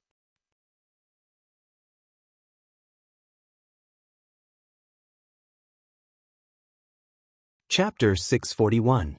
Su Qingsang didn't want to interfere with Shi Mingwan's feelings, but she really felt that Zhan Haozo wasn't worth Shi Mingwan waiting for. Let's not talk about the fact that he brought a woman out to eat alone today, which might not be a big deal. However, it was a fact that Zhan Haoze and Chen Feifei were engaged. On the way back today, she also asked Hua Jinyao about it, and he briefly told her some things. The Zhan family situation was even more complicated than the Hua family's. The Hua family still had old Master Hua, although Hua Mingmei and Hua Mingliang had their own ideas. However, whether it was old Master Hua or Hua Mingguang, they could suppress them. The company was divided into different departments, and everyone had their own things to do. Hua Jinyao alone could suppress those people. But the Zhan family's current situation was very complicated. Not to mention that Zhan Haoze didn't have that kind of feelings for Shi Mingwan. He had completely forgotten about Shi Mingwan. Even if he hadn't forgotten, if he really got together with Shi Mingwan's life wouldn't be too good. Thinking of this, Su Qingsang became more and more worried. Mingwan, for some people, the environment is too complicated, and the experience of growing up is also very complicated. If you continue like this, I think it will be very hard for you. Shi Mingwan was still so young. There was no need for her to waste her time on Zhan Haoze. It wasn't like she wasn't wanted. There had been too many people pursuing her over the years. Not to mention others, Hua Jinyao's childhood friend Wan Xianyang was also not bad. The important thing was for her to learn to let go of the past, accept other men, and welcome a new life. Silence. Just as Shi Mingwan was about to speak, Zhan Haoze's arms were already around her waist. She took a deep breath and forced herself not to reveal any flaws. I got it. Thank you, Qingsang. Why are you being so polite with me? Su Qingsang really wanted Shi Mingwan to be happy. May, find it good, right man? You deserve it. Shi Mingwan didn't say anything. Her hands became more and more unruly. She had to quickly end the conversation with Su Qingsang. My guest is here. I have to go. All right. Come to Rong City when you have time. I missed you so much. In the past, Su Qingsang had a cold personality and kept her distance from everyone. She was only close to Shi Mingwan. Shi Mingwan's voice disappeared in the beeping sound of the phone. Her clothes had been pushed up to her chest. Her body was turned around, but she didn't hug his neck like she used to. Instead, she put her hands on his chest, and her expression showed resistance. Zhan Haoze stopped and stared at her face. Angry?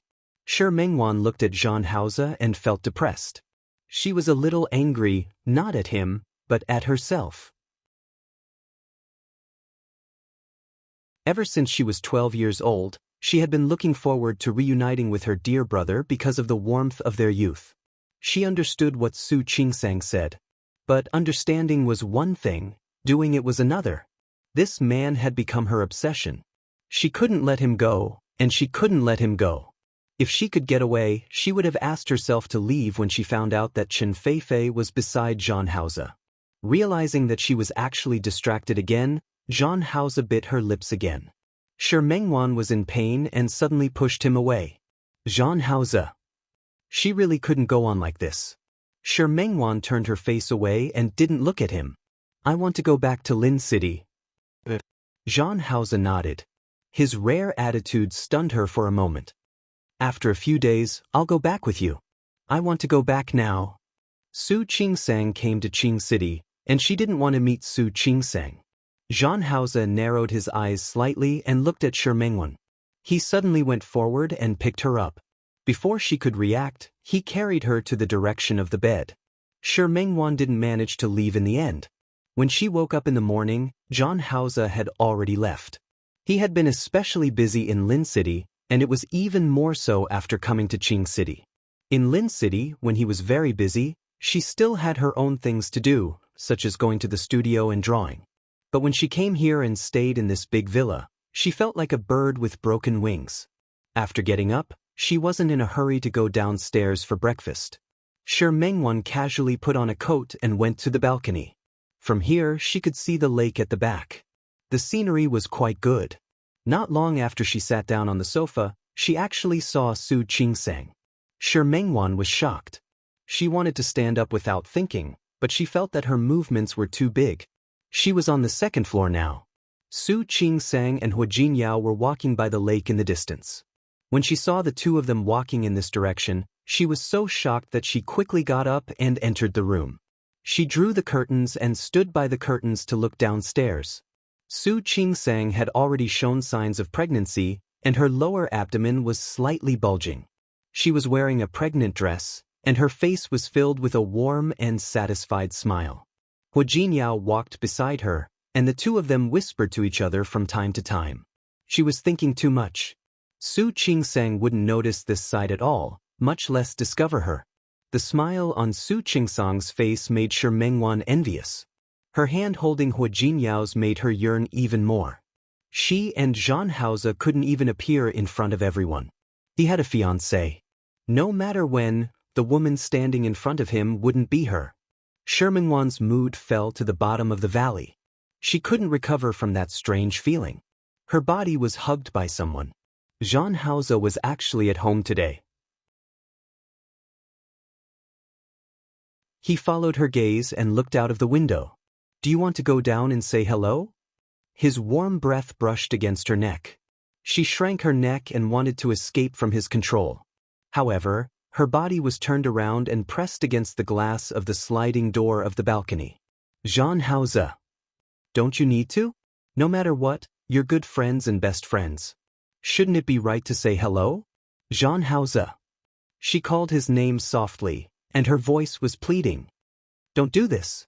She absolutely didn't want Su Qingsang to see this side of her. Don't what? He narrowed his eyes and asked her in a low voice. She was only wearing a coat outside, and he easily took it off. She was still wearing yesterday's nightdress, and the thin fabric was easily torn to pieces by him.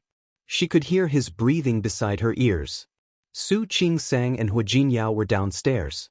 She felt extremely ashamed. She bit her lip desperately, but she couldn't resist Zhan Haoze's domineering attitude. As her body was pushed away by him, a tear fell from the corner of her eye.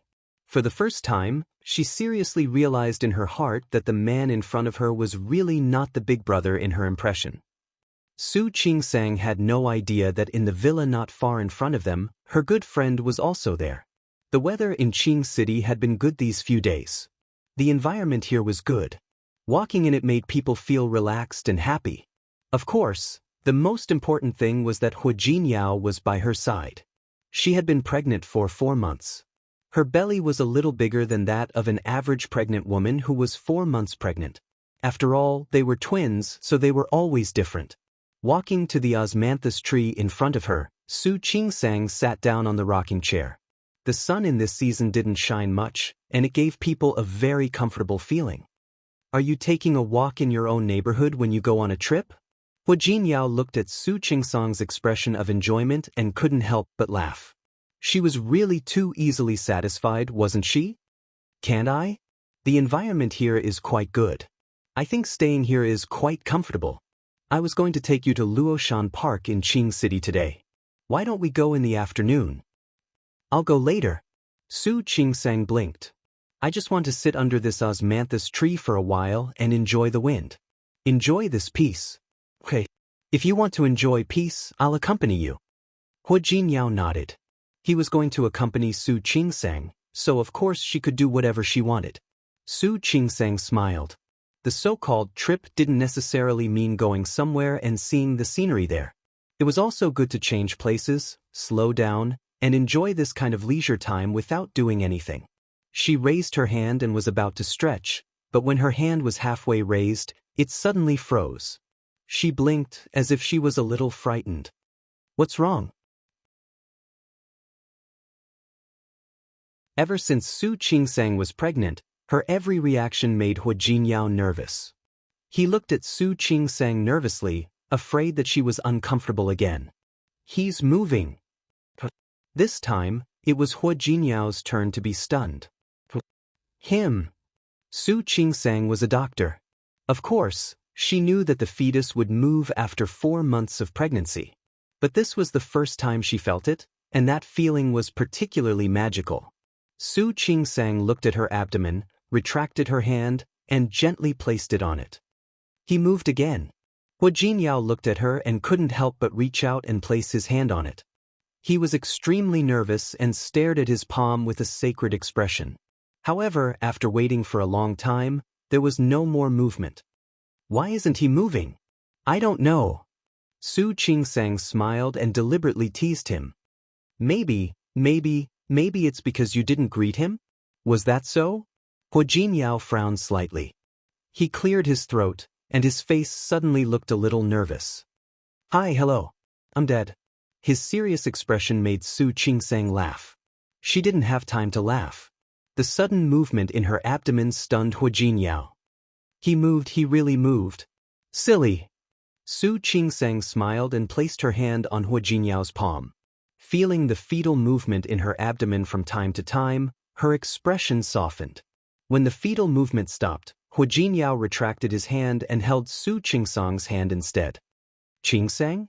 Yes. Although Grandpa has to think of the children's names, I thought of 2 nicknames for the 2 children. What? It's called Xiang Xiang and Yen Yen. Whether it's a boy or a girl, these 2 nicknames will be called. Su Qingsang looked at his expression and nodded gently. Okay, very good names. Thank you. She understood what he meant. Hua Jinyao was grateful and leaned over to kiss her abdomen. Su Qingsang's heart softened. Looking at Hua Jinyao's head, she couldn't help but hug him into her arms. I think they will know. Hua Jinkai, Hua Wushuang. His brother and sister would know that he missed them so much, and they would understand his immature behavior and the choice he had to make at such a young age. Hua Jinyao didn't say anything. He just hugged Su Qingsang's waist tightly and enjoyed the rare silence. Mount Luo Park in Qing City was built according to Mount Luo, but Mount Luo wasn't a mountain. In ancient times, there was a person named Mount Luo. He was talented, but he once failed the exam 10 times in a row. Later, Mount Luo simply stopped taking the exam. Every day, he only invited a group of scholars to talk about poetry near his residence. He was hospitable and attracted many scholars. With more people, the place became smaller. At that time, there was a minister who liked the literary talent of Mount Luo. He had purposely built this garden. Later, after Qing City began to develop, this place became a scenic spot. It was renamed Mount Luo Park. This was a northern garden with great research value, so almost everyone who came to Qing City would come to Mount Luo Park to play. Su Qingsang had seen many gardens in Jiangnan, but she had rarely seen a garden with such a northern style. This was the first time. Su Qingsang and Hua Jinyao entered Mount Luo Park together. Because it wasn't a weekend, there weren't many people here. There was a maple forest in Mount Luo.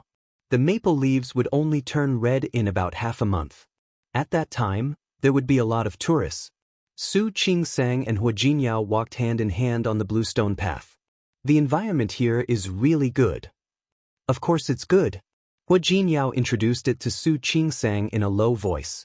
Qing City has many very famous scenic spots. This was once a large trade transit city in the north, so there were many merchants coming and going. There are also a few antique ancient cities here. Although they have been developed in the past few years, they are not very famous. We can slowly walk through them in a few days. If you can't take it, just tell me. We'll stop and rest. Su Qingsang was pregnant, so she couldn't be too tired. If she had the energy, she would play a little longer. If she didn't, she would go home and rest. Don't worry. You really don't have to worry about me. I'm not a porcelain doll. How can I be so fragile? Even if you're a strong woman, in my heart, you're just my wife. He squeezed her hand slightly. A wife who needs my protection. Su Qingsang smiled and leaned over to kiss him on the cheek. Mount Luo Park was very big. Su Qingsang finally wasn't like usual. By evening, she was already a little overwhelmed. Hua Jinyao had been paying attention to Su Qingsang's expression. Seeing her like this, he immediately stopped her from leaving. Let's go back. If you want to come, we'll come again tomorrow. It was rare for Su Qingsang not to be willful. She nodded and left with Hua Jinyao. She originally wanted to go home directly, but after getting into the car, Su Qingsang suddenly wanted to eat hot pot. I don't come here often, but I know there's a hot pot restaurant in the ancient city that's been open for a long time. The taste is good. Let's go there to eat. Ancient city? Is that the one you mentioned just now? Yes, there's a night market inside. After dinner, if you've recovered your energy, you can go shopping. Then I'm going. Su Qingsang liked these old places. She was in high spirits and felt that the fatigue in her body had lessened a lot. Hua Jinyao smiled. The driver drove the car in the direction of the ancient city. Mount Luo Park wasn't too far from the ancient city. They arrived in half an hour. They booked a private room. Su Qingsang was really tired after walking for half a day. After ordering a lot of dishes, she only cared about enjoying the food to her heart's content. She was in charge of eating, and Hua Jinyao was in charge of cooking for her. On the contrary, he didn't eat much. This was a new hobby that Hua Jinyao had developed ever since Su Qingsang became pregnant. He especially liked to feed Su Qingsang and hoped that she could eat more. I'm so full. Su Qingsang was full. She looked at the remaining half of the ingredients and looked at Hua Jinyao. It's a little wasteful. It's not a waste. There's still me. Hua Jinyao didn't mind at all. He put the remaining ingredients into the pot and finished them. Su Qingsang supported her chin with one hand and watched him eat with a faint smile in her eyes.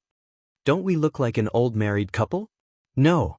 Hua Jinyao gave a negative answer without thinking. We're not old at all now. So if you want to be an old married couple, wait until you're a little older. Su Qingsang loved to hear his sweet words. The smile on her face became even brighter. After leaving the hot pot restaurant, they turned to the side and arrived at the ancient city. It was even more lively at night than during the day. Su Qingsang and Hua Jinyao entered the ancient city. The small shops on both sides were very unique.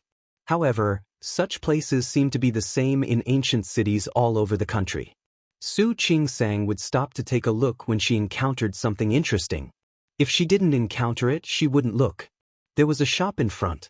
The owner sold her own cloth and clothes. She set up a loom in the shop. It was the kind of old floral cloth and old-fashioned cotton cloth. Su Qingsang was very interested in this. Not only was there old floral cloth, but there were also ethnic clothes made of such cloth. There were also other fabrics, all of which had local ethnic characteristics. Su Qingsang liked the ethnic clothes that the other party had placed at the door very much. She was even more interested when she saw the loom in the shop. She entered the door with Hua Jinyao. A middle-aged woman was sitting in front of the loom, weaving. There were also a few shop assistants. When they saw someone enter, they stood up and greeted them. The moment Su Qingsang looked up, she realized that Zhan Haoze was also here. She was a little surprised. Qing City was a big city with a population of more than 10 million. It wasn't easy for her to bump into him 2 days in a row. President Hua. When Zhan Haoze saw Hua Jinyao, surprise flashed across his eyes. His subordinates had clearly told him that Hua Jinyao and his wife had gone to Luoshan Park today. Why were they here? President Zhan, what a coincidence. Hua Jinyao felt the same as Su Qingsang. He felt that it was too much of a coincidence. How could they bump into each other everywhere they went? He looked at Jean House's side. There didn't seem to be anyone else. President Jean is alone? No. Seeing that the two of them knew each other, the shop assistant who had just come up to greet the two of them immediately became interested. This gentleman is here with his girlfriend. His girlfriend is very beautiful. She just picked out a set of clothes to try on. This beauty has such a good figure. Why don't you pick 2 sets to try on? Su Qingsang noticed that when the shop assistant said the word girlfriend, Jean House's expression was calm, as if he didn't feel uncomfortable at all. She had just persuaded Shi Mengwan yesterday, and today, she met Jean House again. Moreover, she met him shopping with a woman? The scenery of the ancient city was indeed good, but she didn't think that based on her impression of Qin Feifei from the 2 times she met her last time, she would come here to shop. If it weren't for the fact that she didn't want to be nosy, she really wanted to see who Jean House's girlfriend was. What kind of stunning woman could make Jean House leave a rich young lady like Qin Feifei behind and come to accompany another woman? Beauty, what do you think of this set? The shop assistant brought over 2 sets of ethnic clothes, her face full of encouragement. These are all designed and made by our shop ourselves. We're the only shop in the entire Qing city. We've all applied for copyrights. Beauty, you're so beautiful. Why don't you try it on? Okay. Su Qingsang didn't refuse. Although she was pregnant now, this set of clothes was loose, so she should be able to wear it. Most importantly, she had a good friend who was a fashion designer. These ethnic clothes with characteristics and personality were all Shi Mengwan's favorite. She could buy a few sets and send them back to Lin City for Shi Mengwan. Su Qingsang took the clothes and was about to walk towards the fitting room, but the shop assistant signaled her to wait. At this time, another shop assistant had already walked to the door of the fitting room. The 2 beauties inside, have you tried on the clothes? I just came in. I'm not done yet. There was a response from one of the rooms, but the other was silent. The shop assistant couldn't help but glance at Jean House.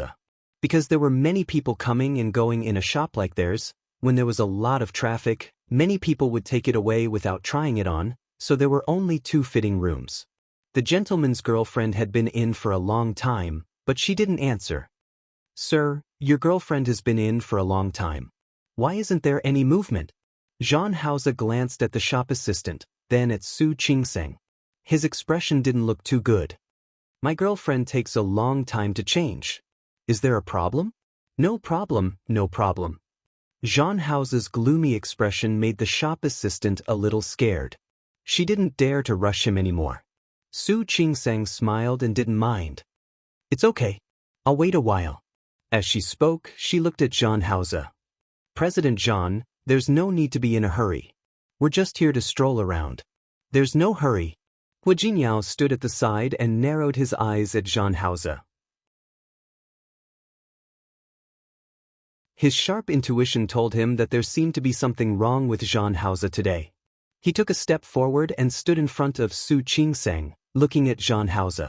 Speaking of which, it's really fate that we can meet President Jean twice in 2 days.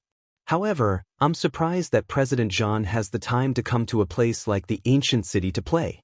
If I remember correctly, President Jean should have a lot of work to do now, right? You're welcome. Business is endless. Just like President Hua, didn't you also put aside your work to accompany your wife out to play? Indeed. Hu Jinyao smiled. Then, can I look forward to the good news from President Jean? I think President Jean won't mind buying me a drink when the good news comes, right? Of course.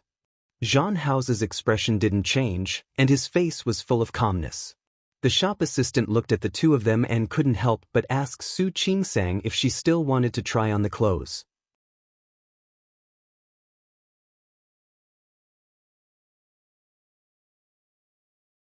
Chapter 642. Hu Jinyao and Su Qingsang both looked at Jean House. Jean House's expression was rather calm. My girlfriend isn't feeling well today. I'll go and take a look. Excuse me. Go ahead. Hu Jinyao looked at Jean House meaningfully. The shop assistant didn't stop him. Jean House glanced at Su Qingsang and entered the fitting room. Su Qingsang felt that Zhang Hao's reaction was a little strange today, but she didn't know him well, so she didn't know if he had always been like this, or if he was acting like this when he saw them. At the same time, a customer from another room came out. Su Qingsang picked up the clothes, glanced at Hua Jinyao, smiled at him, and went in to try on the clothes. Hua Jinyao gave her a doting look. He signaled her to hurry and change. He was also looking forward to seeing her in such a national costume. In another fitting room that was separated by a wall, Shi Mengwan had already put on the national costume. But she leaned against the wall and didn't have the courage to walk out. She never thought that because she was in a bad mood, she would be dragged out to the night market in the ancient city by Zhang Hao and meet Su Qingsang. It was such a coincidence that they entered the same store.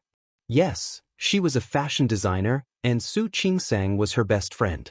The two of them were very similar in some aspects.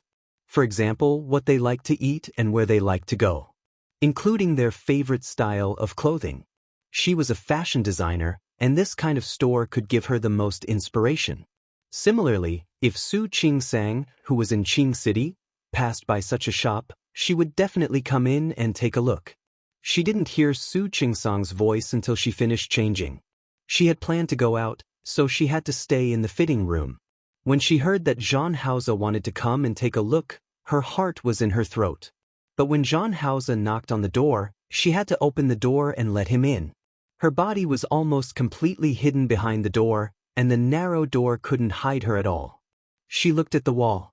Even though she knew that Su Qingsang was in the fitting room next door, she was afraid that Hua Jinyao would see her. When Zhang Hao entered the door, he found that Shi Mengwan's face was very pale. She didn't even dare to make a sound. After all, the soundproofing here was very bad. Next to him was Su Qingsang. She looked at Zhang Hao with panic, eagerness, and embarrassment in her eyes. Even if the neighbor was her best friend, she didn't have the courage to let Su Qingsang know that she had become a mistress that she despised, but was ultimately a fact. Zhang Hao took a step forward and said softly, "Are you okay?" How could Shi Mengwan make a sound? She bit her lip and glared at Zhang Hao. The man in front of her had caused her to fall into such a situation. The resentment in her eyes was so obvious. Zhang Hao curled his lips and his gaze swept over Shi Mengwan. She had chosen a set of Uyghur clothing. The bright red color contrasted with her snow-white skin. Her appearance was very beautiful, but it wasn't the kind of beauty that could overwhelm others. She really did look like a Uyghur girl with this set of clothes. Zhang Hao narrowed his eyes slightly and took a step forward. Shi Mengwan instinctively took a step back. Behind her was the wall, so she had nowhere to retreat. Zhang Hao moved closer to her, tilted his head, and kissed her lips. Shi Mengwan's eyes widened. She couldn't believe that he actually dared to do such a thing to her in the fitting room. She reached out to push him, but he bit her lips. His lips moved to the right, turned to her ear, and bit her earlobe. Afraid of being heard? He spoke in a whisper so soft that only they could hear him. However, Shi Mengwan always had a sense of fear that someone would find out. She admitted defeat and looked at Zhang Hao, hoping that he would stop. "What do you think would happen if I took you right here?" His hot breath made her neck hot, but his words made her heart cold. She didn't even dare to make a sound. She could only stare at him with her eyes wide open, as if he had gone crazy. Zhang Hao didn't look at her terrified expression.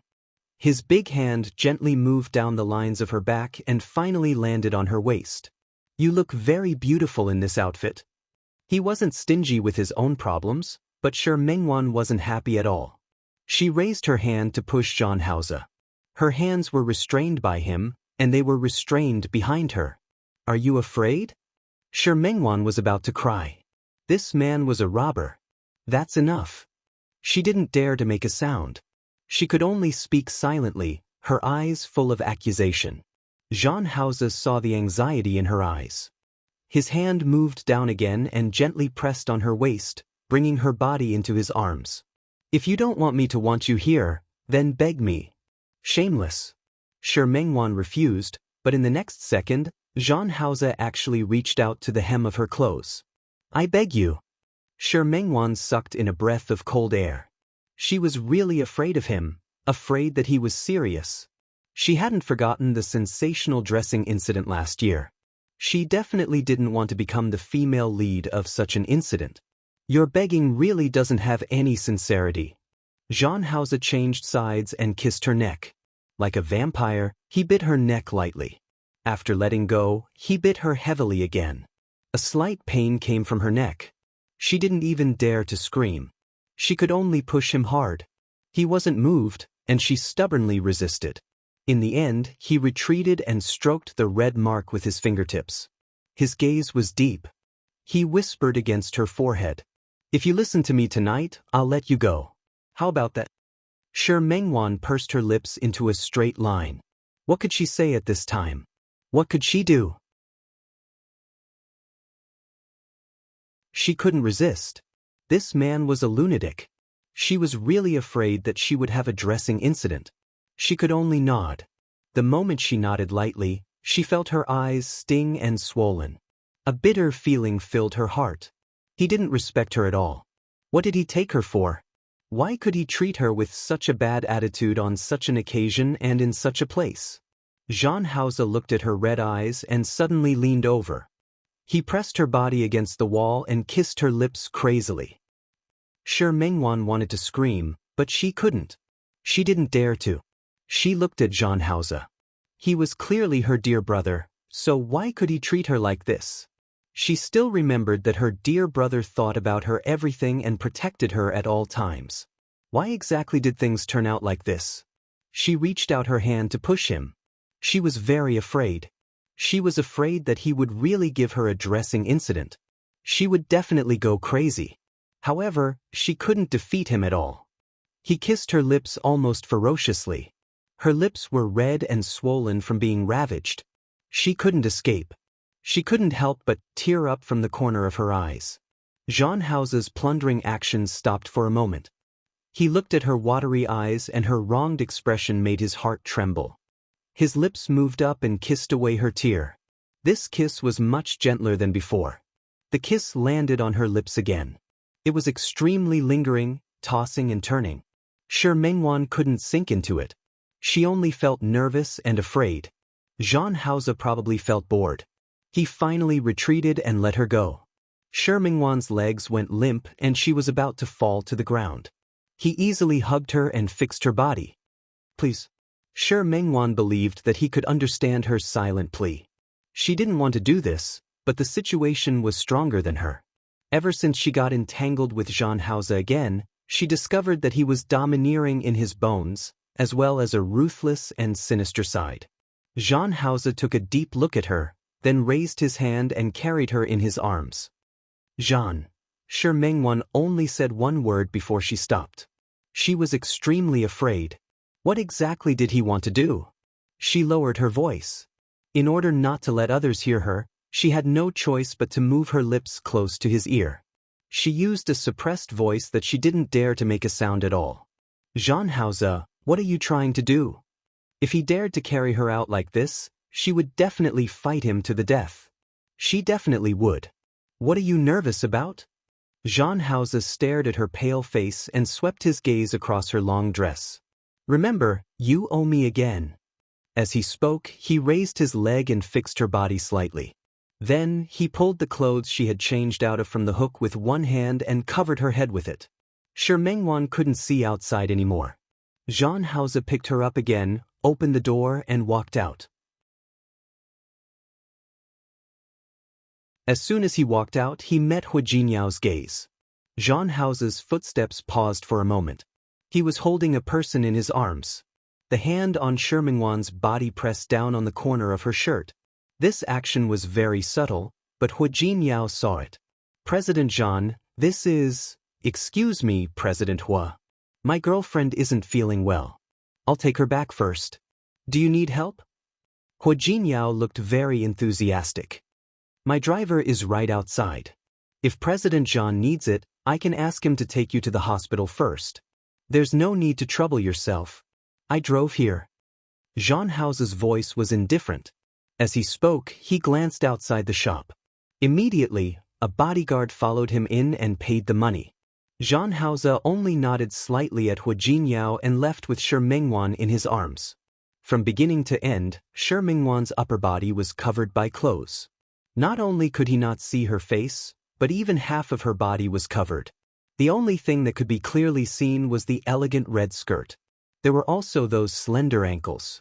It could be seen that the woman Zhang Haoze was carrying should be relatively thin. Zhang Haoze walked to the door of the shop. From Hu Jinyao's direction, he could see that the woman's hands were tightly wrapped around Zhang Haoze's neck. There was also the face that was buried in Zhang Haoze's arms and covered by clothes. Not even her hair was exposed. The woman couldn't see anything, but Zhang Haoze's actions of protecting the woman from the beginning to the end could be seen clearly. Hu Jinyao pursed his lips slightly. He didn't have much contact with Zhang Haoze. They had worked together twice in Lin City before. They had also met a few times in Qing City. Whether it was the Zhang family in Tianyu or the Chen family in Lin City, they had all worked together. In his memory, he had met Zhang Haoze several times. When he was with Chen Feifei, he had never seen Zhang Haoze so careful with a woman. No matter who that woman was, to be able to make Zhang Haoze so nervous, it really made him curious to see who exactly the other party was. Zhang Haoze had already stepped out of the shop when Su Qingsang changed her clothes and came out. Coincidentally, the clothes she chose were the same type as what Shi Mingwan was wearing just now. However, Shi Mingwan was wearing red, while Su Qingsang was wearing yellow. As soon as she came out, she glanced at the door. From the corner of her eye, she only had time to see the red skirt disappear outside the door. She had heard it from inside just now. When she saw Hu Jinyao's affirmative expression, she was a little gossipy. That woman left too? She was really sorry. She seemed to have heard some movement next door just now. She had no choice. This shop wasn't big to begin with, and the soundproofing couldn't be very good. At the thought of Zhang Haoze doing something embarrassing with that woman next door, her mood was a little complicated. Yes. How does she look? Is she prettier than Chen Feifei? She really didn't mean to be so gossipy. She purely wanted to find out and tell Shi Mingwan about the situation so that she would give up earlier. I didn't see her.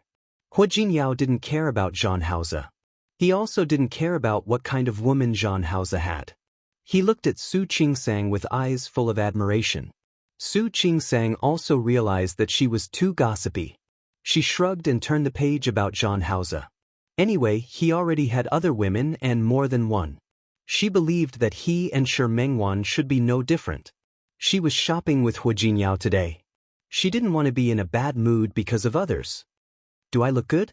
Su Qingsang turned in a circle in front of Hu Jinyao. The hem of her skirt fluttered in the wind. She didn't look like a woman who was 4 months pregnant at all. Hu Jinyao nodded. Su Qingsang looked at herself in the mirror and also felt that she looked quite good. I suddenly realized that I can wear this to take a set of photos next time. What do you think? Okay.